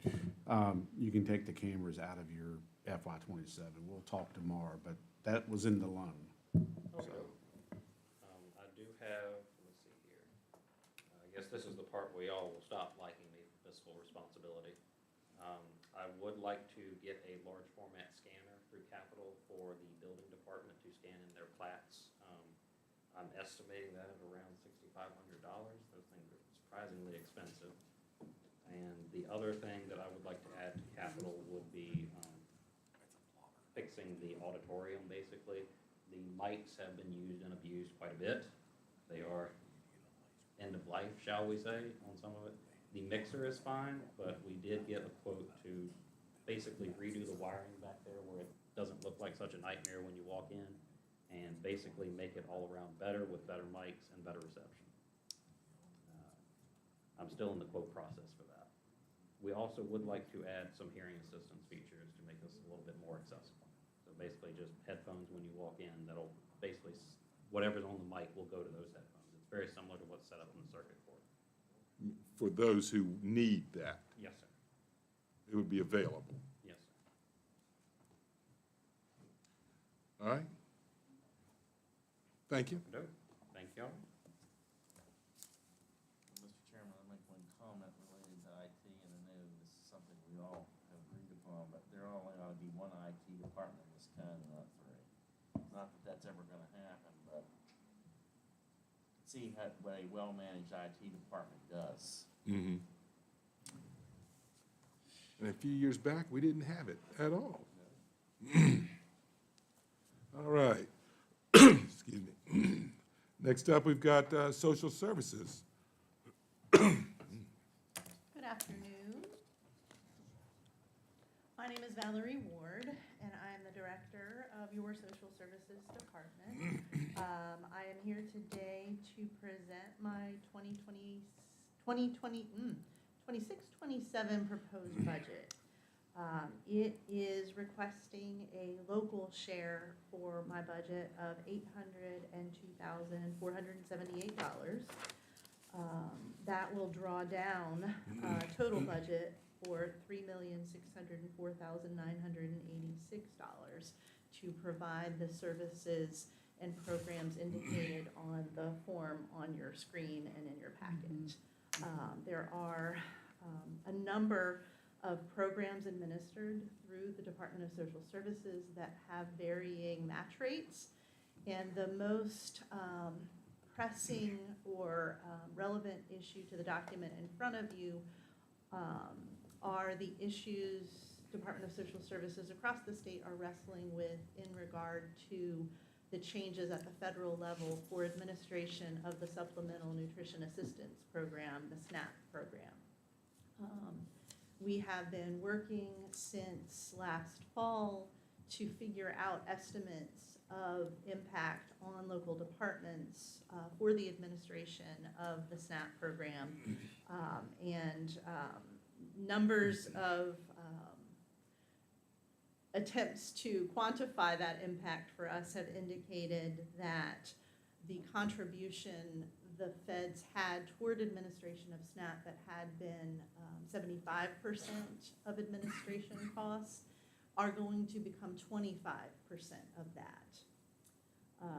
So with that, we do not have guidance from Virginia at the state level as to any part of that change. So again, as Mr. Yao had said, we anticipate in our budget that we are absorbing that entire change, and that is accounted for as $84,475 in my increased budget. I would have been increasing my budget request for other reasons with operating costs, but the primary increase is due to the SNAP administration funding changes. I can give you, other information. Madison County has about 1,000 individuals receiving SNAP benefits. We have about 2,400 individuals that are on Medicaid. We have 31 children in foster care. 45 children we're supporting through adoption assistance funds. Right now, we have about 11 adult protective services investigations pending. So again, really this is a maintenance of effort budget for the department, responding to changes outside our control from the federal level. Really, I'll just welcome any questions you have in that regard. So we got two big variables then, huh? The feds and the state at this point. Correct. But you've crafted this budget as if for worst case scenario. Yes, sir. Yeah, I'm not familiar with anything coming out of the General Assembly on this. We haven't heard anything, have we? Huh?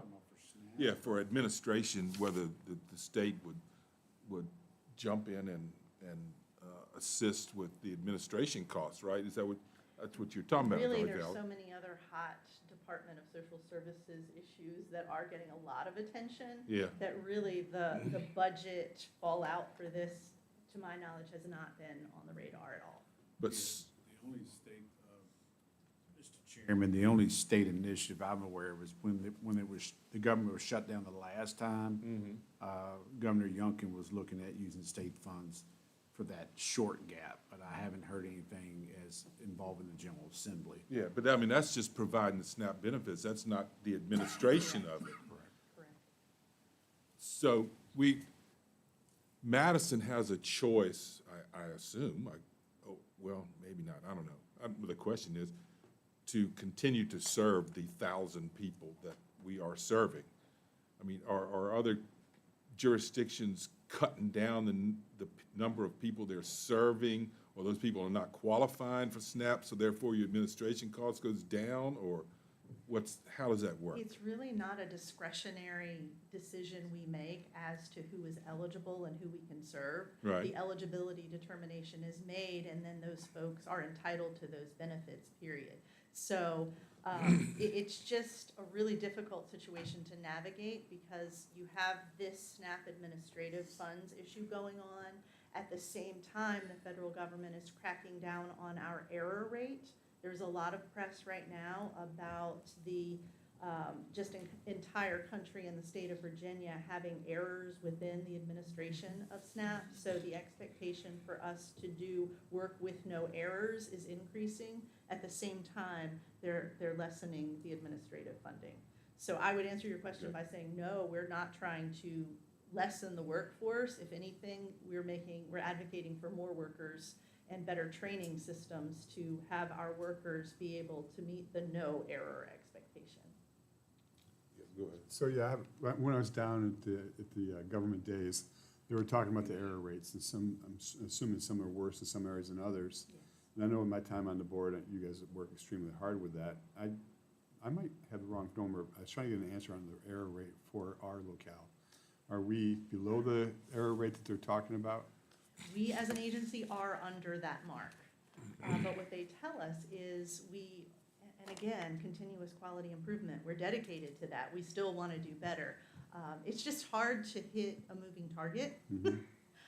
But historically, we have been below the error rate. Okay. But again, That's what I thought. what's unclear is if it doesn't matter what your agency does, it is a statewide decision Right. as to who reaps the penalties. The other thing I was surprised, the SNAP cards were being hacked. And so I don't know how that goes against you or not, but people show up with their card at the grocery store and it's empty. Done. Somebody hacked it from New Jersey or from wherever. Absolutely, it's all done electronically, so it's not even their card is physically stolen, it is just random numbers allowing access and cards to be stripped of hundreds of thousands of dollars of benefits across the state. Thank you. And I just want to make note to the board, we do have the Joint Services Stabilization Reserve Fund. That's basically 2.5% we have to set aside.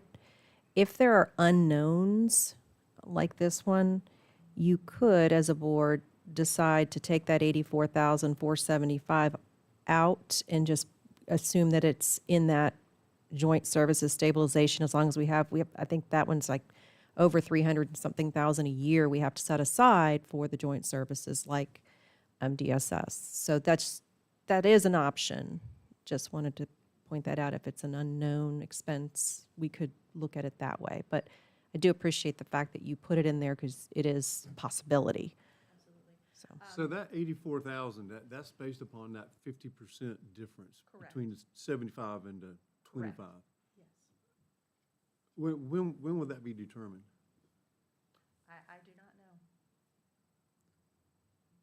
I have no estimate of when that will be determined. Mr. Chairman, just a quick statement as well. Last year, you didn't ask for any money, and you kept it. By pretty- our review, I don't believe we have asked for an increase in the past 3 years. Right, which I was really impressed with.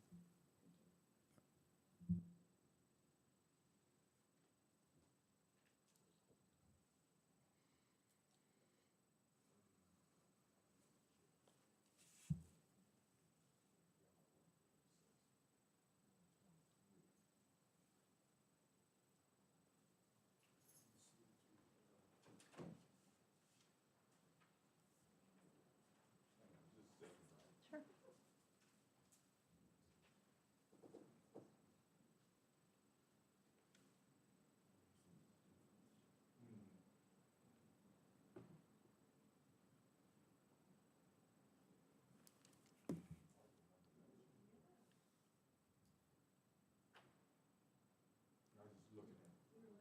We were looking at your last year's request. I have it written down that it was approved at 763,205.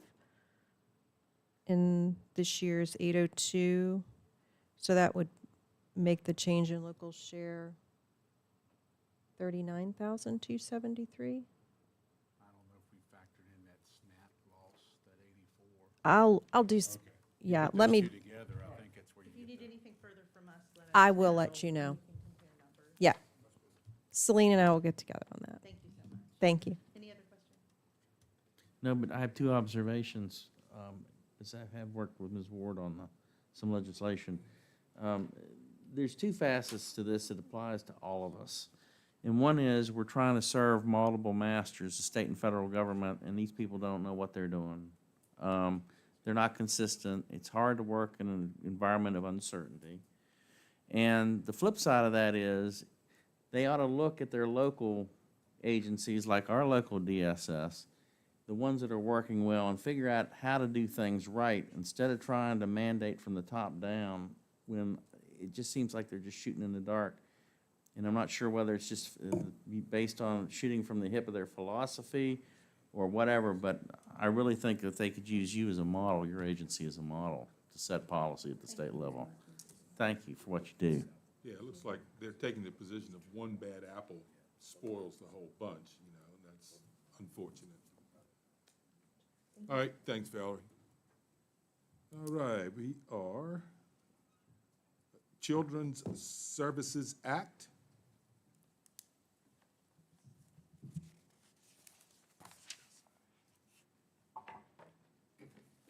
Welcome. Good evening.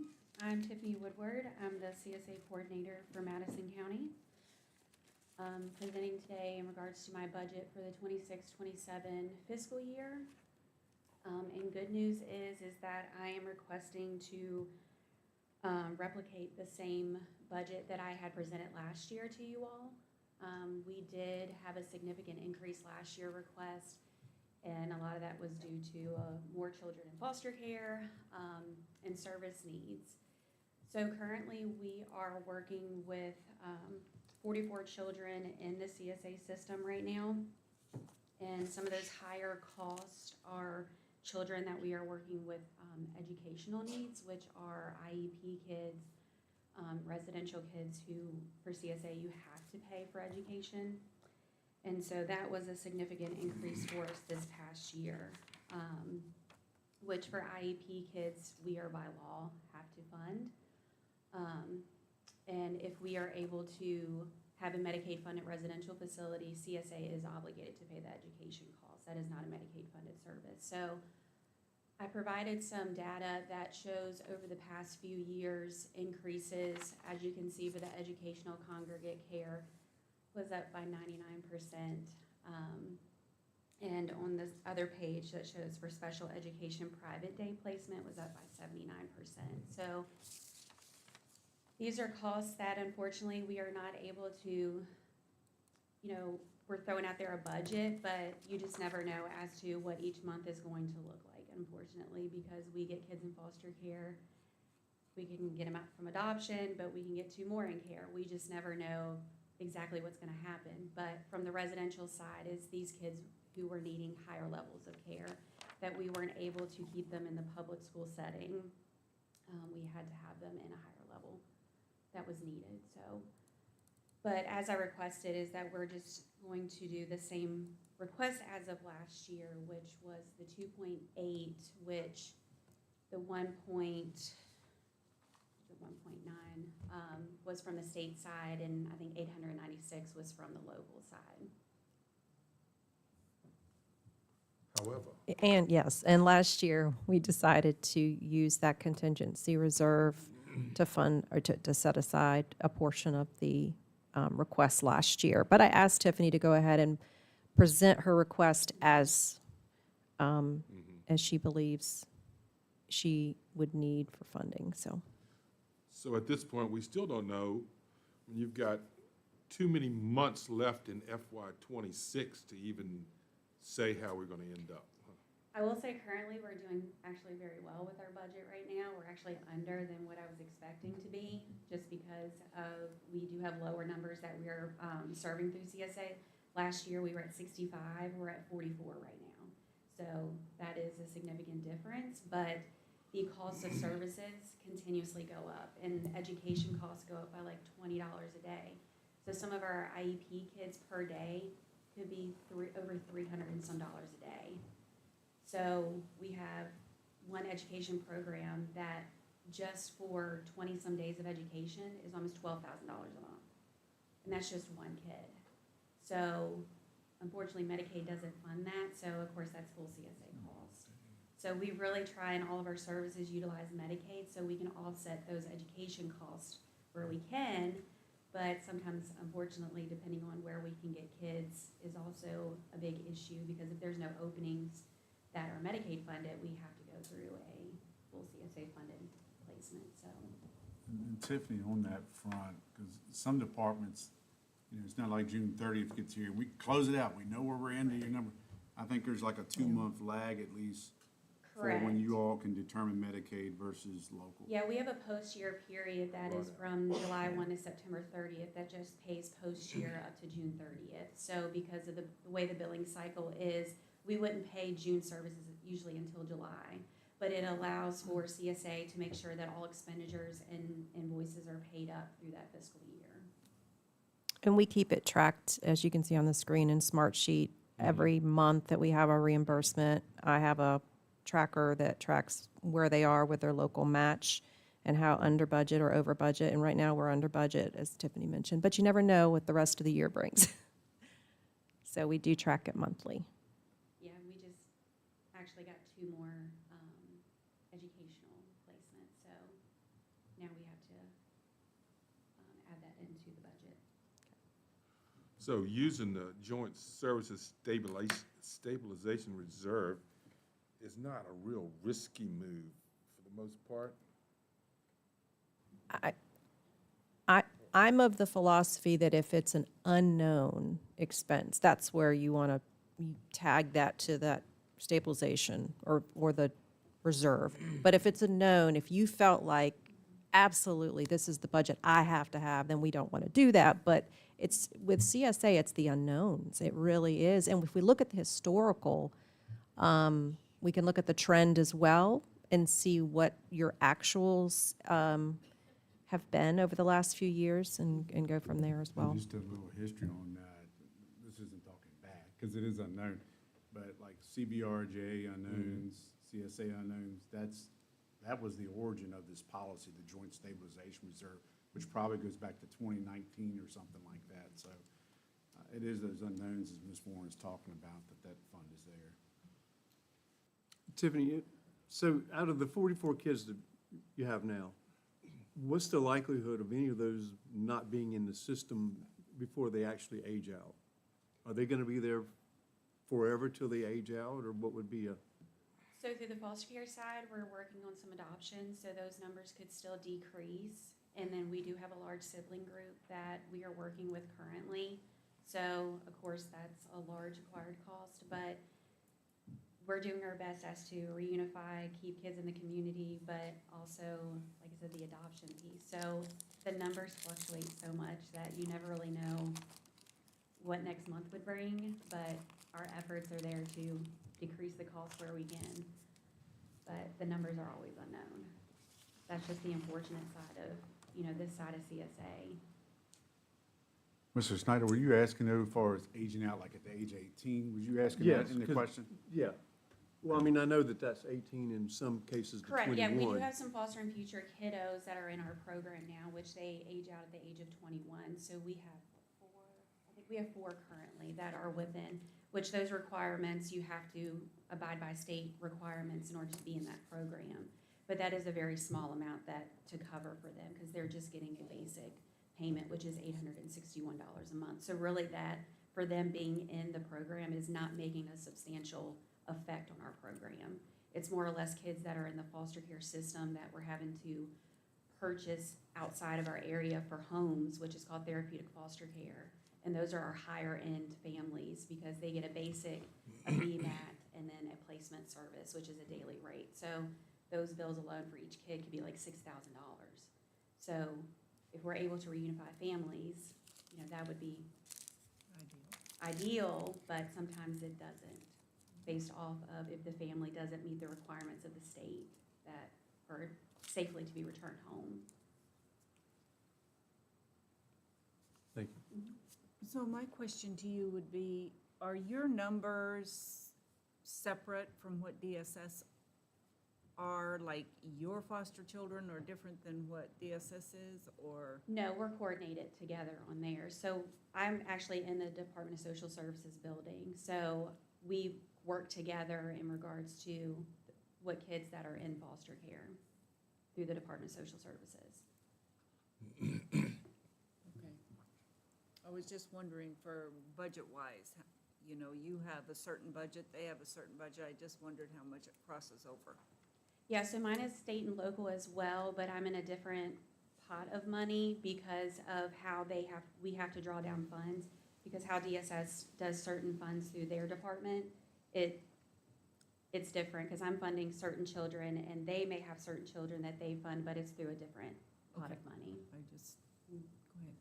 I would just add clarification that the money in my budget does not provide direct services to foster children, that the foster children access all of their services through the CSA program. Other children are deemed eligible sometimes for federally funded maintenance payments, but their services still come through Tiffany. So any family counseling, individual counseling, anything Medicaid wouldn't cover for psychiatric care goes through CSA. So we manage their placement kind of administratively, but all the services for the families are through CSA. And the education. Yes. Okay, okay, thank you. Anything further? Mr. Chairman, if I may, Yes. the IEP part caught my attention. So I know our schools have IEPs, but the IEPs that you were referring to, we have to go outside. Is that for the therapeutic placement, foster kids? So they're off-site education, so they're not able to be, these individual children are not able to be in the public school setting. So there's an off-site education program that we work with, that we contract with, that have more available resources to give these children more specialized education than we are able to do in the public school setting. So more staff that are trained and are able to educate these children appropriately based off their needs. Thank you. Okay, thank you. Thank you. Thank you. All right. Next two, we're gonna let the registrar and the electoral board tag team each other. There.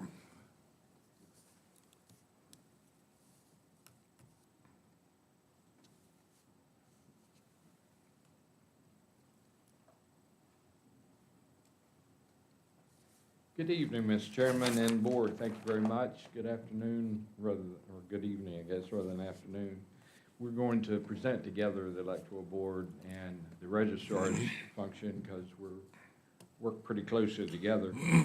We've got some new members in here who might not know exactly what our status is. The electoral board is a body that's created under Article 2, Section 8 of the Constitution. We're sworn officers of the Commonwealth.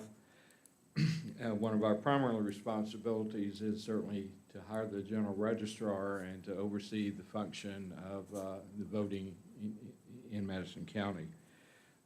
As our status under the Constitution, we sit pari passu actually with the Board of Supervisors, the courts, the school board, and the constitutional offices in the Commonwealth. The overall goal is to ensure that the vote is conducted in a fair, equitable, and nonpartisan manner.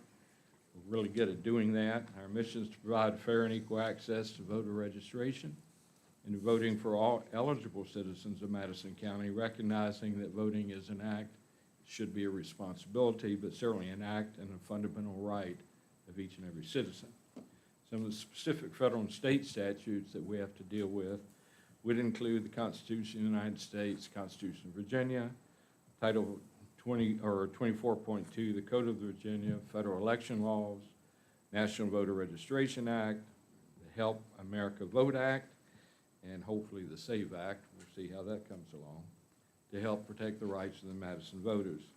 Most of these laws are somewhat static with the exception of the Code of Virginia, which has changed significantly over the last 6 years. Our duties have really expanded. Lauren will bring you up to date on what early voting has done to us from the standpoint of the mechanics of our function. We also are looking now at, with the removal of the ability for the political parties to hold canvases to nominate their officers, that all now has to be done through a state-run process. So even at the localities, if we would have people running for party offices not on the school board, they cannot run under the party designation, but Board of Supervisors and of the constitutional officers, we would have to have a state-run primary. and they are incredibly expensive. Given those changes, we obviously are responsible for and have to be very diligent on training our election officials who are sworn by the electoral board. We have, what, Lauren, election officials that we keep on staff now? About 50. And that's so we've got a deep bench. We certainly ran into problems when COVID hit, getting the night before the election, so we don't have somebody in this precinct. So we keep a pretty deep bench, we try to. From the standpoint of our budget and the numbers you have, you've got pretty detailed description of what we do and what we're about. We try to do an evidence-based budgeting for both the offices, both the departments. We sit down, the electoral board and Lauren, working on the budget for both. In the evidence-based budgeting, we view our product as the vote and the elections as our production runs to try to equate this to the business world. The budget requests that we have would be following that matrix, but they would be for known and measurable changes. And under this paradigm, we segregate our costs among the three pools, fixed, variable, and indirect costs. The Office of the General Register is pretty much an indirect cost. It gets spread over all elections. Direct cost, as you could imagine, the bulk of our costs would be fixed costs. That would be the rental of the voting, the precincts, the direct costs of the employees, the training, programming fees for each of the machines, maintenance of those machines, and some consumables. The indirect costs or the variable costs would be the printing of the ballots, mailing of absentee ballots. Some of the paperwork that we have that would be direct costs would be the petitions, the perfect board petitions that you notice when you go to vote at the precincts. And I said the Office of the Registrar pretty much controls indirect costs. And we use these, you'll recall, to look at the direct and indirect costs when we put the facts before you on the opportunity to save quite a bit of money by merging two of our precincts last year. Lauren's going to take you through the specific numbers of our budget, and then we'll be open to questions.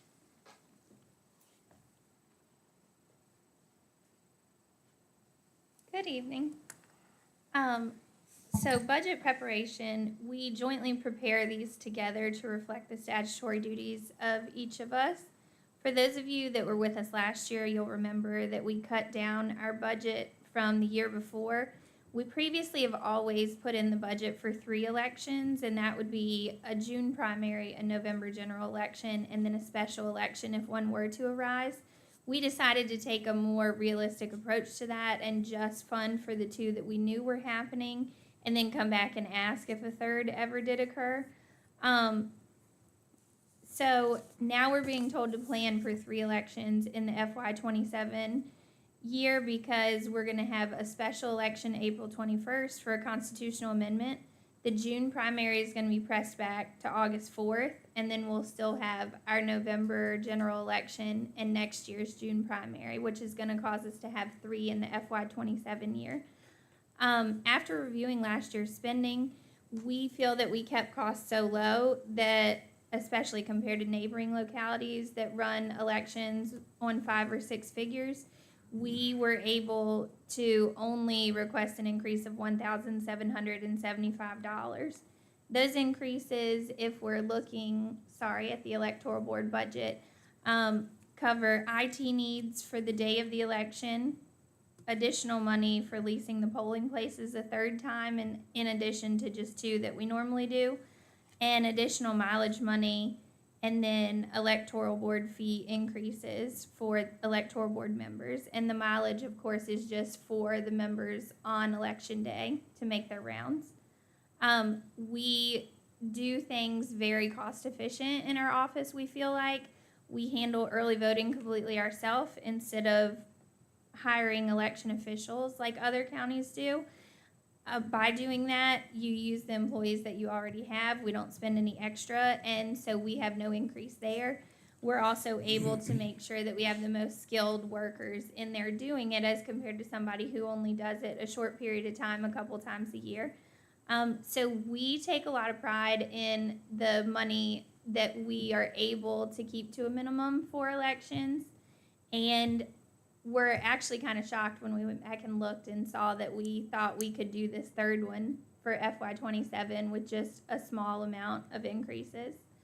We did take out the equipment other line because last year we purchased a backup printer for our office, and of course we don't need that anymore, so that offset it a little bit as well. Any questions on the electoral board budget? So you said 3 in FY27. What would that Yes, be? sir.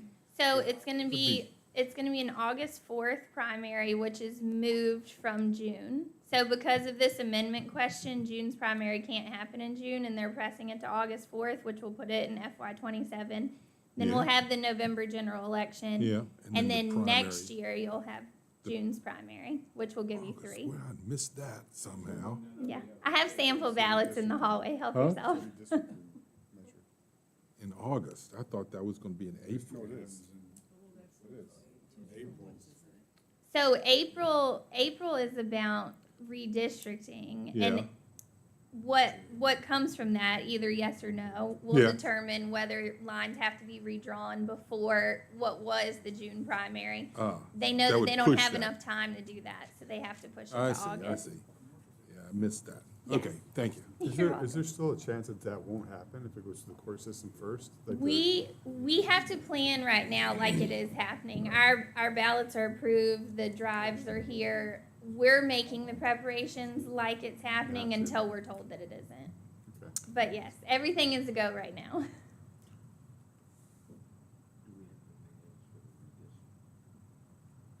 In the postage, yes. So I guess, then we got CIP issues to talk about here too, right?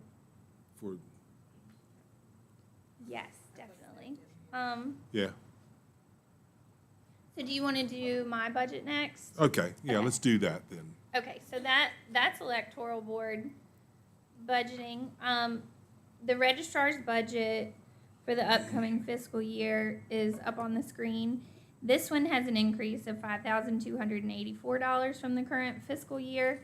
The only increase that we have on that is a $250 request for an increase for gas mileage. And that's just because we are supposed to have more trainings that don't cost anything offered by the state, but you do need to get to and from. Other increases are only due to cost of living and HR expenses. Okay, question from the board on that one? Pretty straightforward, isn't it? All right, All right, so capital improvement plan is the next thing that we're gonna talk about, and I feel like this comes up every year, but we're just trying to be very transparent and make sure that it is on the horizon and that the county's planning for it so that we don't get in the same situation that we were in 2017.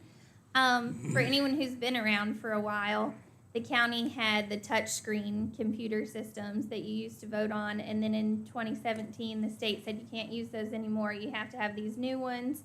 Everyone has to vote by paper, and we had to go out and spend 6 figures on these new machines in like 2 months' time. So the machines were purchased in 2017. They're expected to have about a 10-year life expectancy. We feel like we've taken really great care of them, and we don't have any issues right now, but we do want to get in the planning stages of replacing them.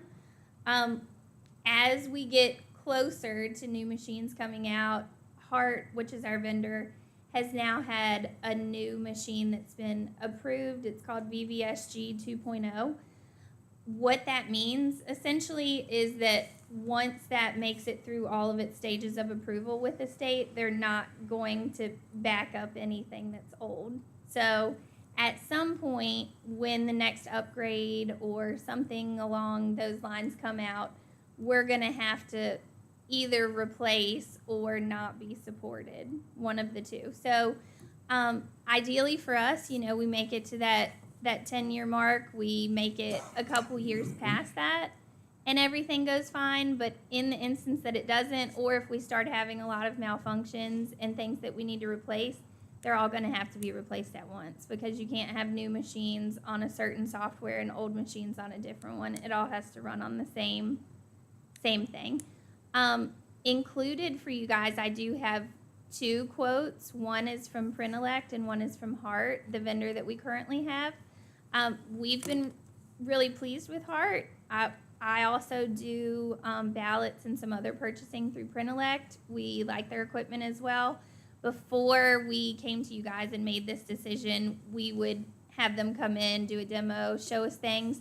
There's also items on this that I think we can cut out. I'm usually pretty good at weaseling into like another locality's training session, and maybe we could wipe off that 20 grand at the bottom, just for cost-effective things. I know we also get a credit on the old equipment that we would sell back to them essentially. So that number is what we have for budgeting purposes. I do think it can definitely go down.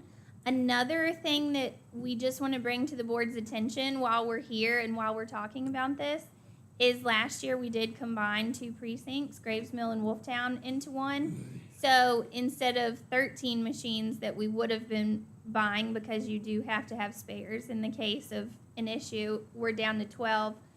We very much feel like early voting is so utilized in this county that 8 precincts is a lot. If you are in the ball game of exploring that, I think now would be a great time before we spend money on equipment like this. So if you could cut your 8 polling precincts down more, you could drastically save on the number that's on the screen. And just to go over some statistics with you, I have voter turnouts here from the 2023 November general election forward. We're in 40% almost every election, 51%, 52%, 49%. That's all handled right here in our office by me and 1 worker. So, I mean, we're doing almost half of the voting. Election day is a lot of expense that doesn't necessarily have to happen if you guys want to consider cutting down on the number of polling places that you have. Election day is still used. You know, you're looking at 50% over early voting, 50% over election day. So it's definitely still used, but do you need the same number of polling places that worked great when you didn't have early voting that you need now? Fiscally, I don't think so.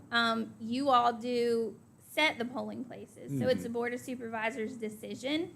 But I think when you're looking at numbers this big, now's the time that we should look into it and decide going forward prior to this purchase, would you like to cut down, you know, half of them? Would you like to cut out 2?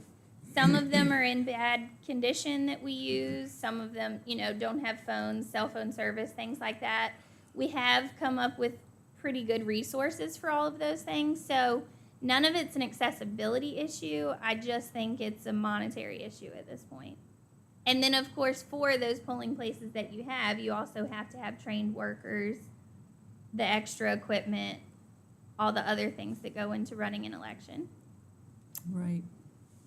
My question to you would be, what happens if maybe, just maybe, this early voting would be cut in half? Then what happens? You know, are we still, I think maybe taking out a couple of those precincts, Sure. but still at the same time, that would really increase your work.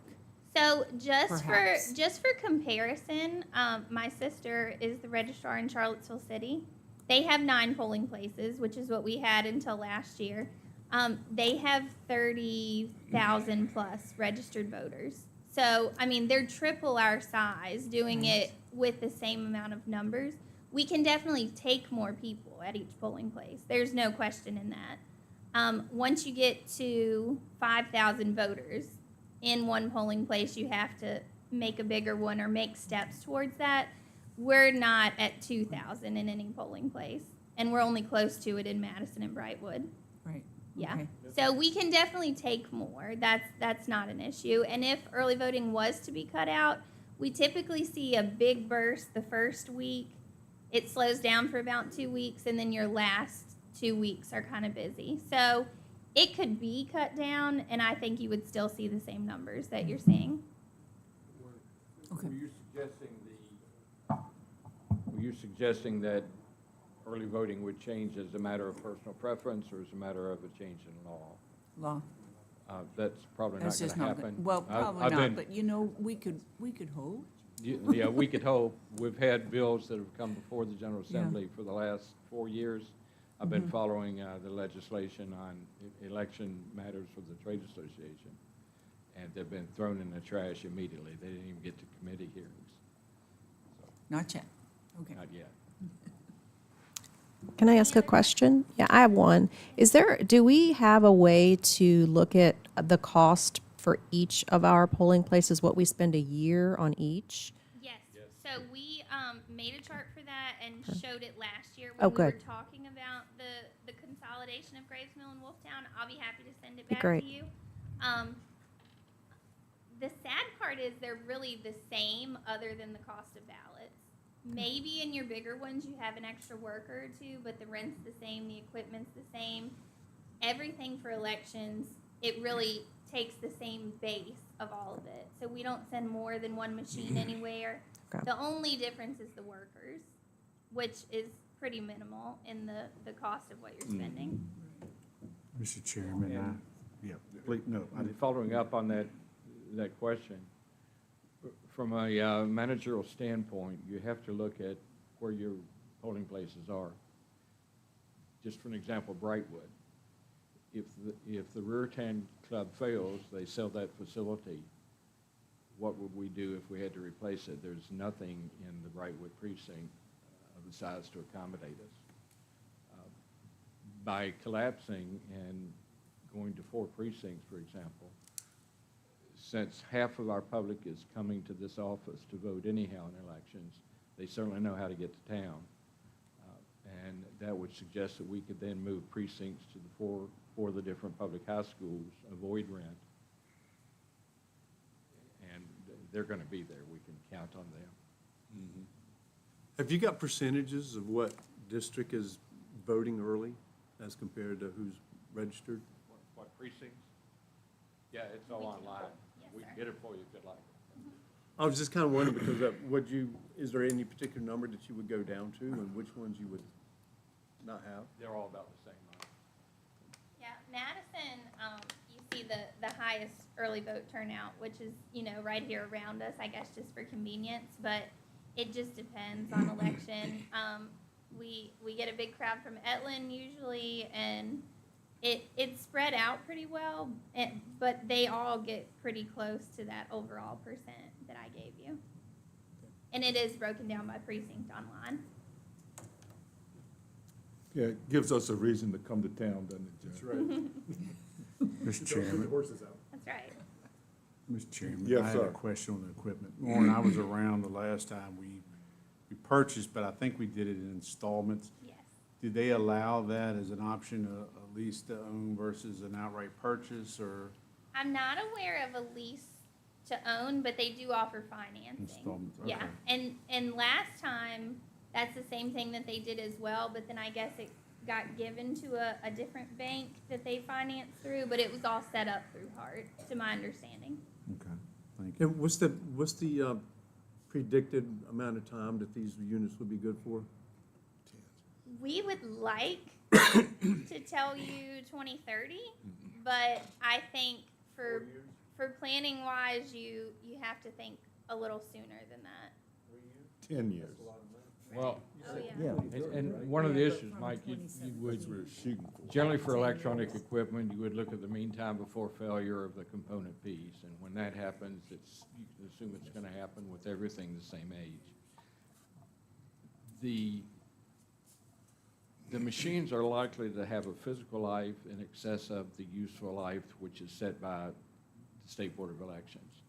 When they decide it's time that they're going to decertify everything and move to the new format of software, then they flip the switch and we're gone.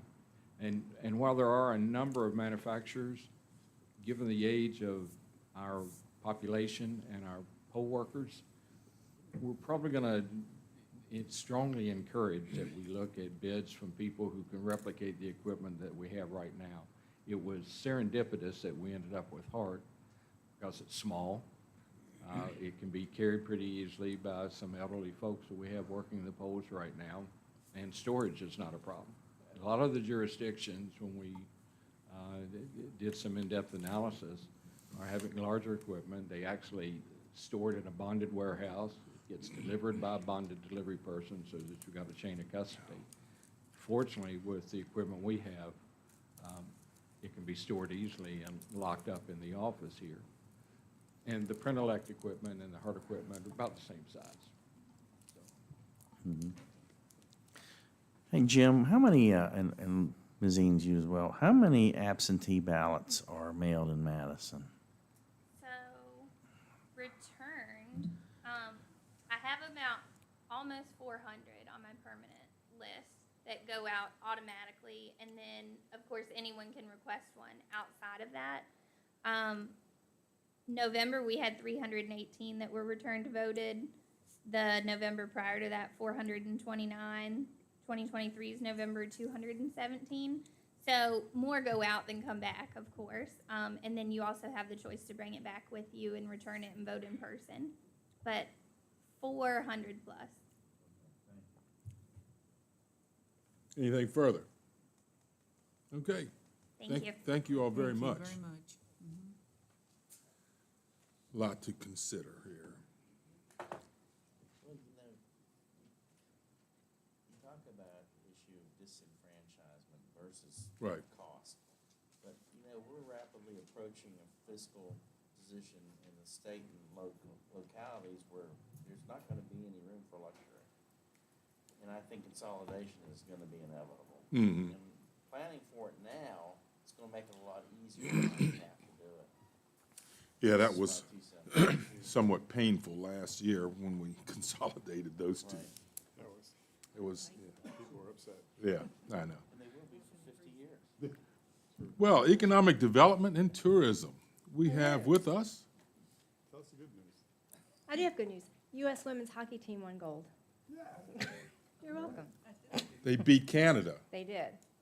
And apparently that happened before I got there, but it was like in the last minute, they tied. So they won in overtime. So Canada was not happy.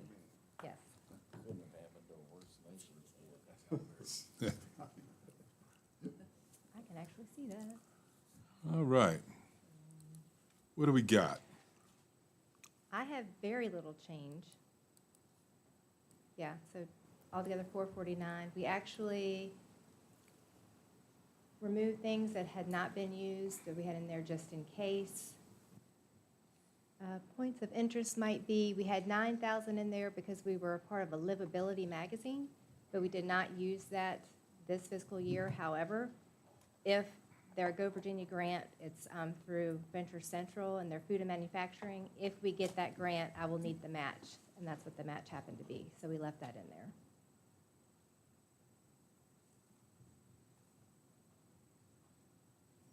So it's possible you don't need it and you can turn it back in at the end of Correct. the year, whatever. What's it looking like for your budget for this year we're in?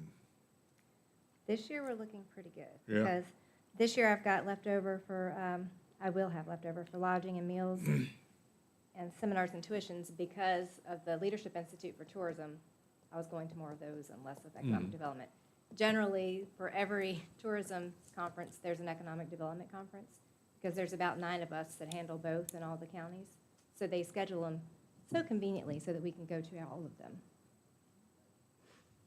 Okay. And this budget is a good example for you as a board to see how the VRS change offset that COLA increase. So with the 3% COLA at 2849, the VRS renewal rate brought that line item for, which is just Tracy on that, down by 2575. So it was a significant for us as a county to have that VRS rate reduction. Okay, questions for Tracy? Now, I will make one comment, Mr. Chairman. You know, hers is the lead office, pivotal, I think pivotal position for our economic development work that we're doing, which finally has brought together, I think, a more comprehensive, focused approach. And it's been tough sledding because it's a big challenge for us to increase our business tax base here, but we're gonna keep plugging away at it, and appreciate Tracy's leadership on this, so thank you, Tracy. Appreciate all your work too. Thank you.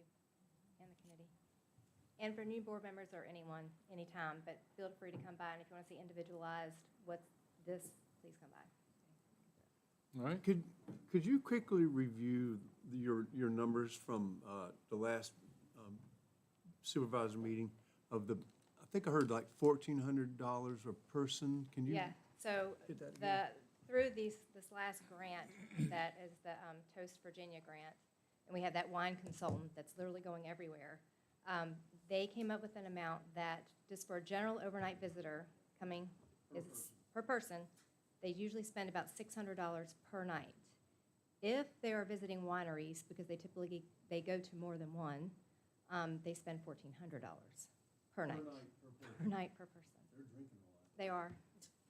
They are. Signing up for the wine club, you know. Yeah, they'll join the wine club, exactly, so, Okay, thank you. thank you very much.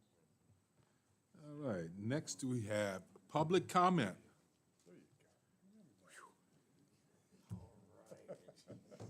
Is there any general public comment? All right, hearing none, we will close public comment. We do not have a closed session, so I would entertain anything else from the good of the group. All right, I'll entertain a motion to adjourn. So moved. All right, we have a motion and a second to adjourn. Any further discussion? Hearing none, all in favor say aye. Aye. Opposed, nay. All right, we are adjourned.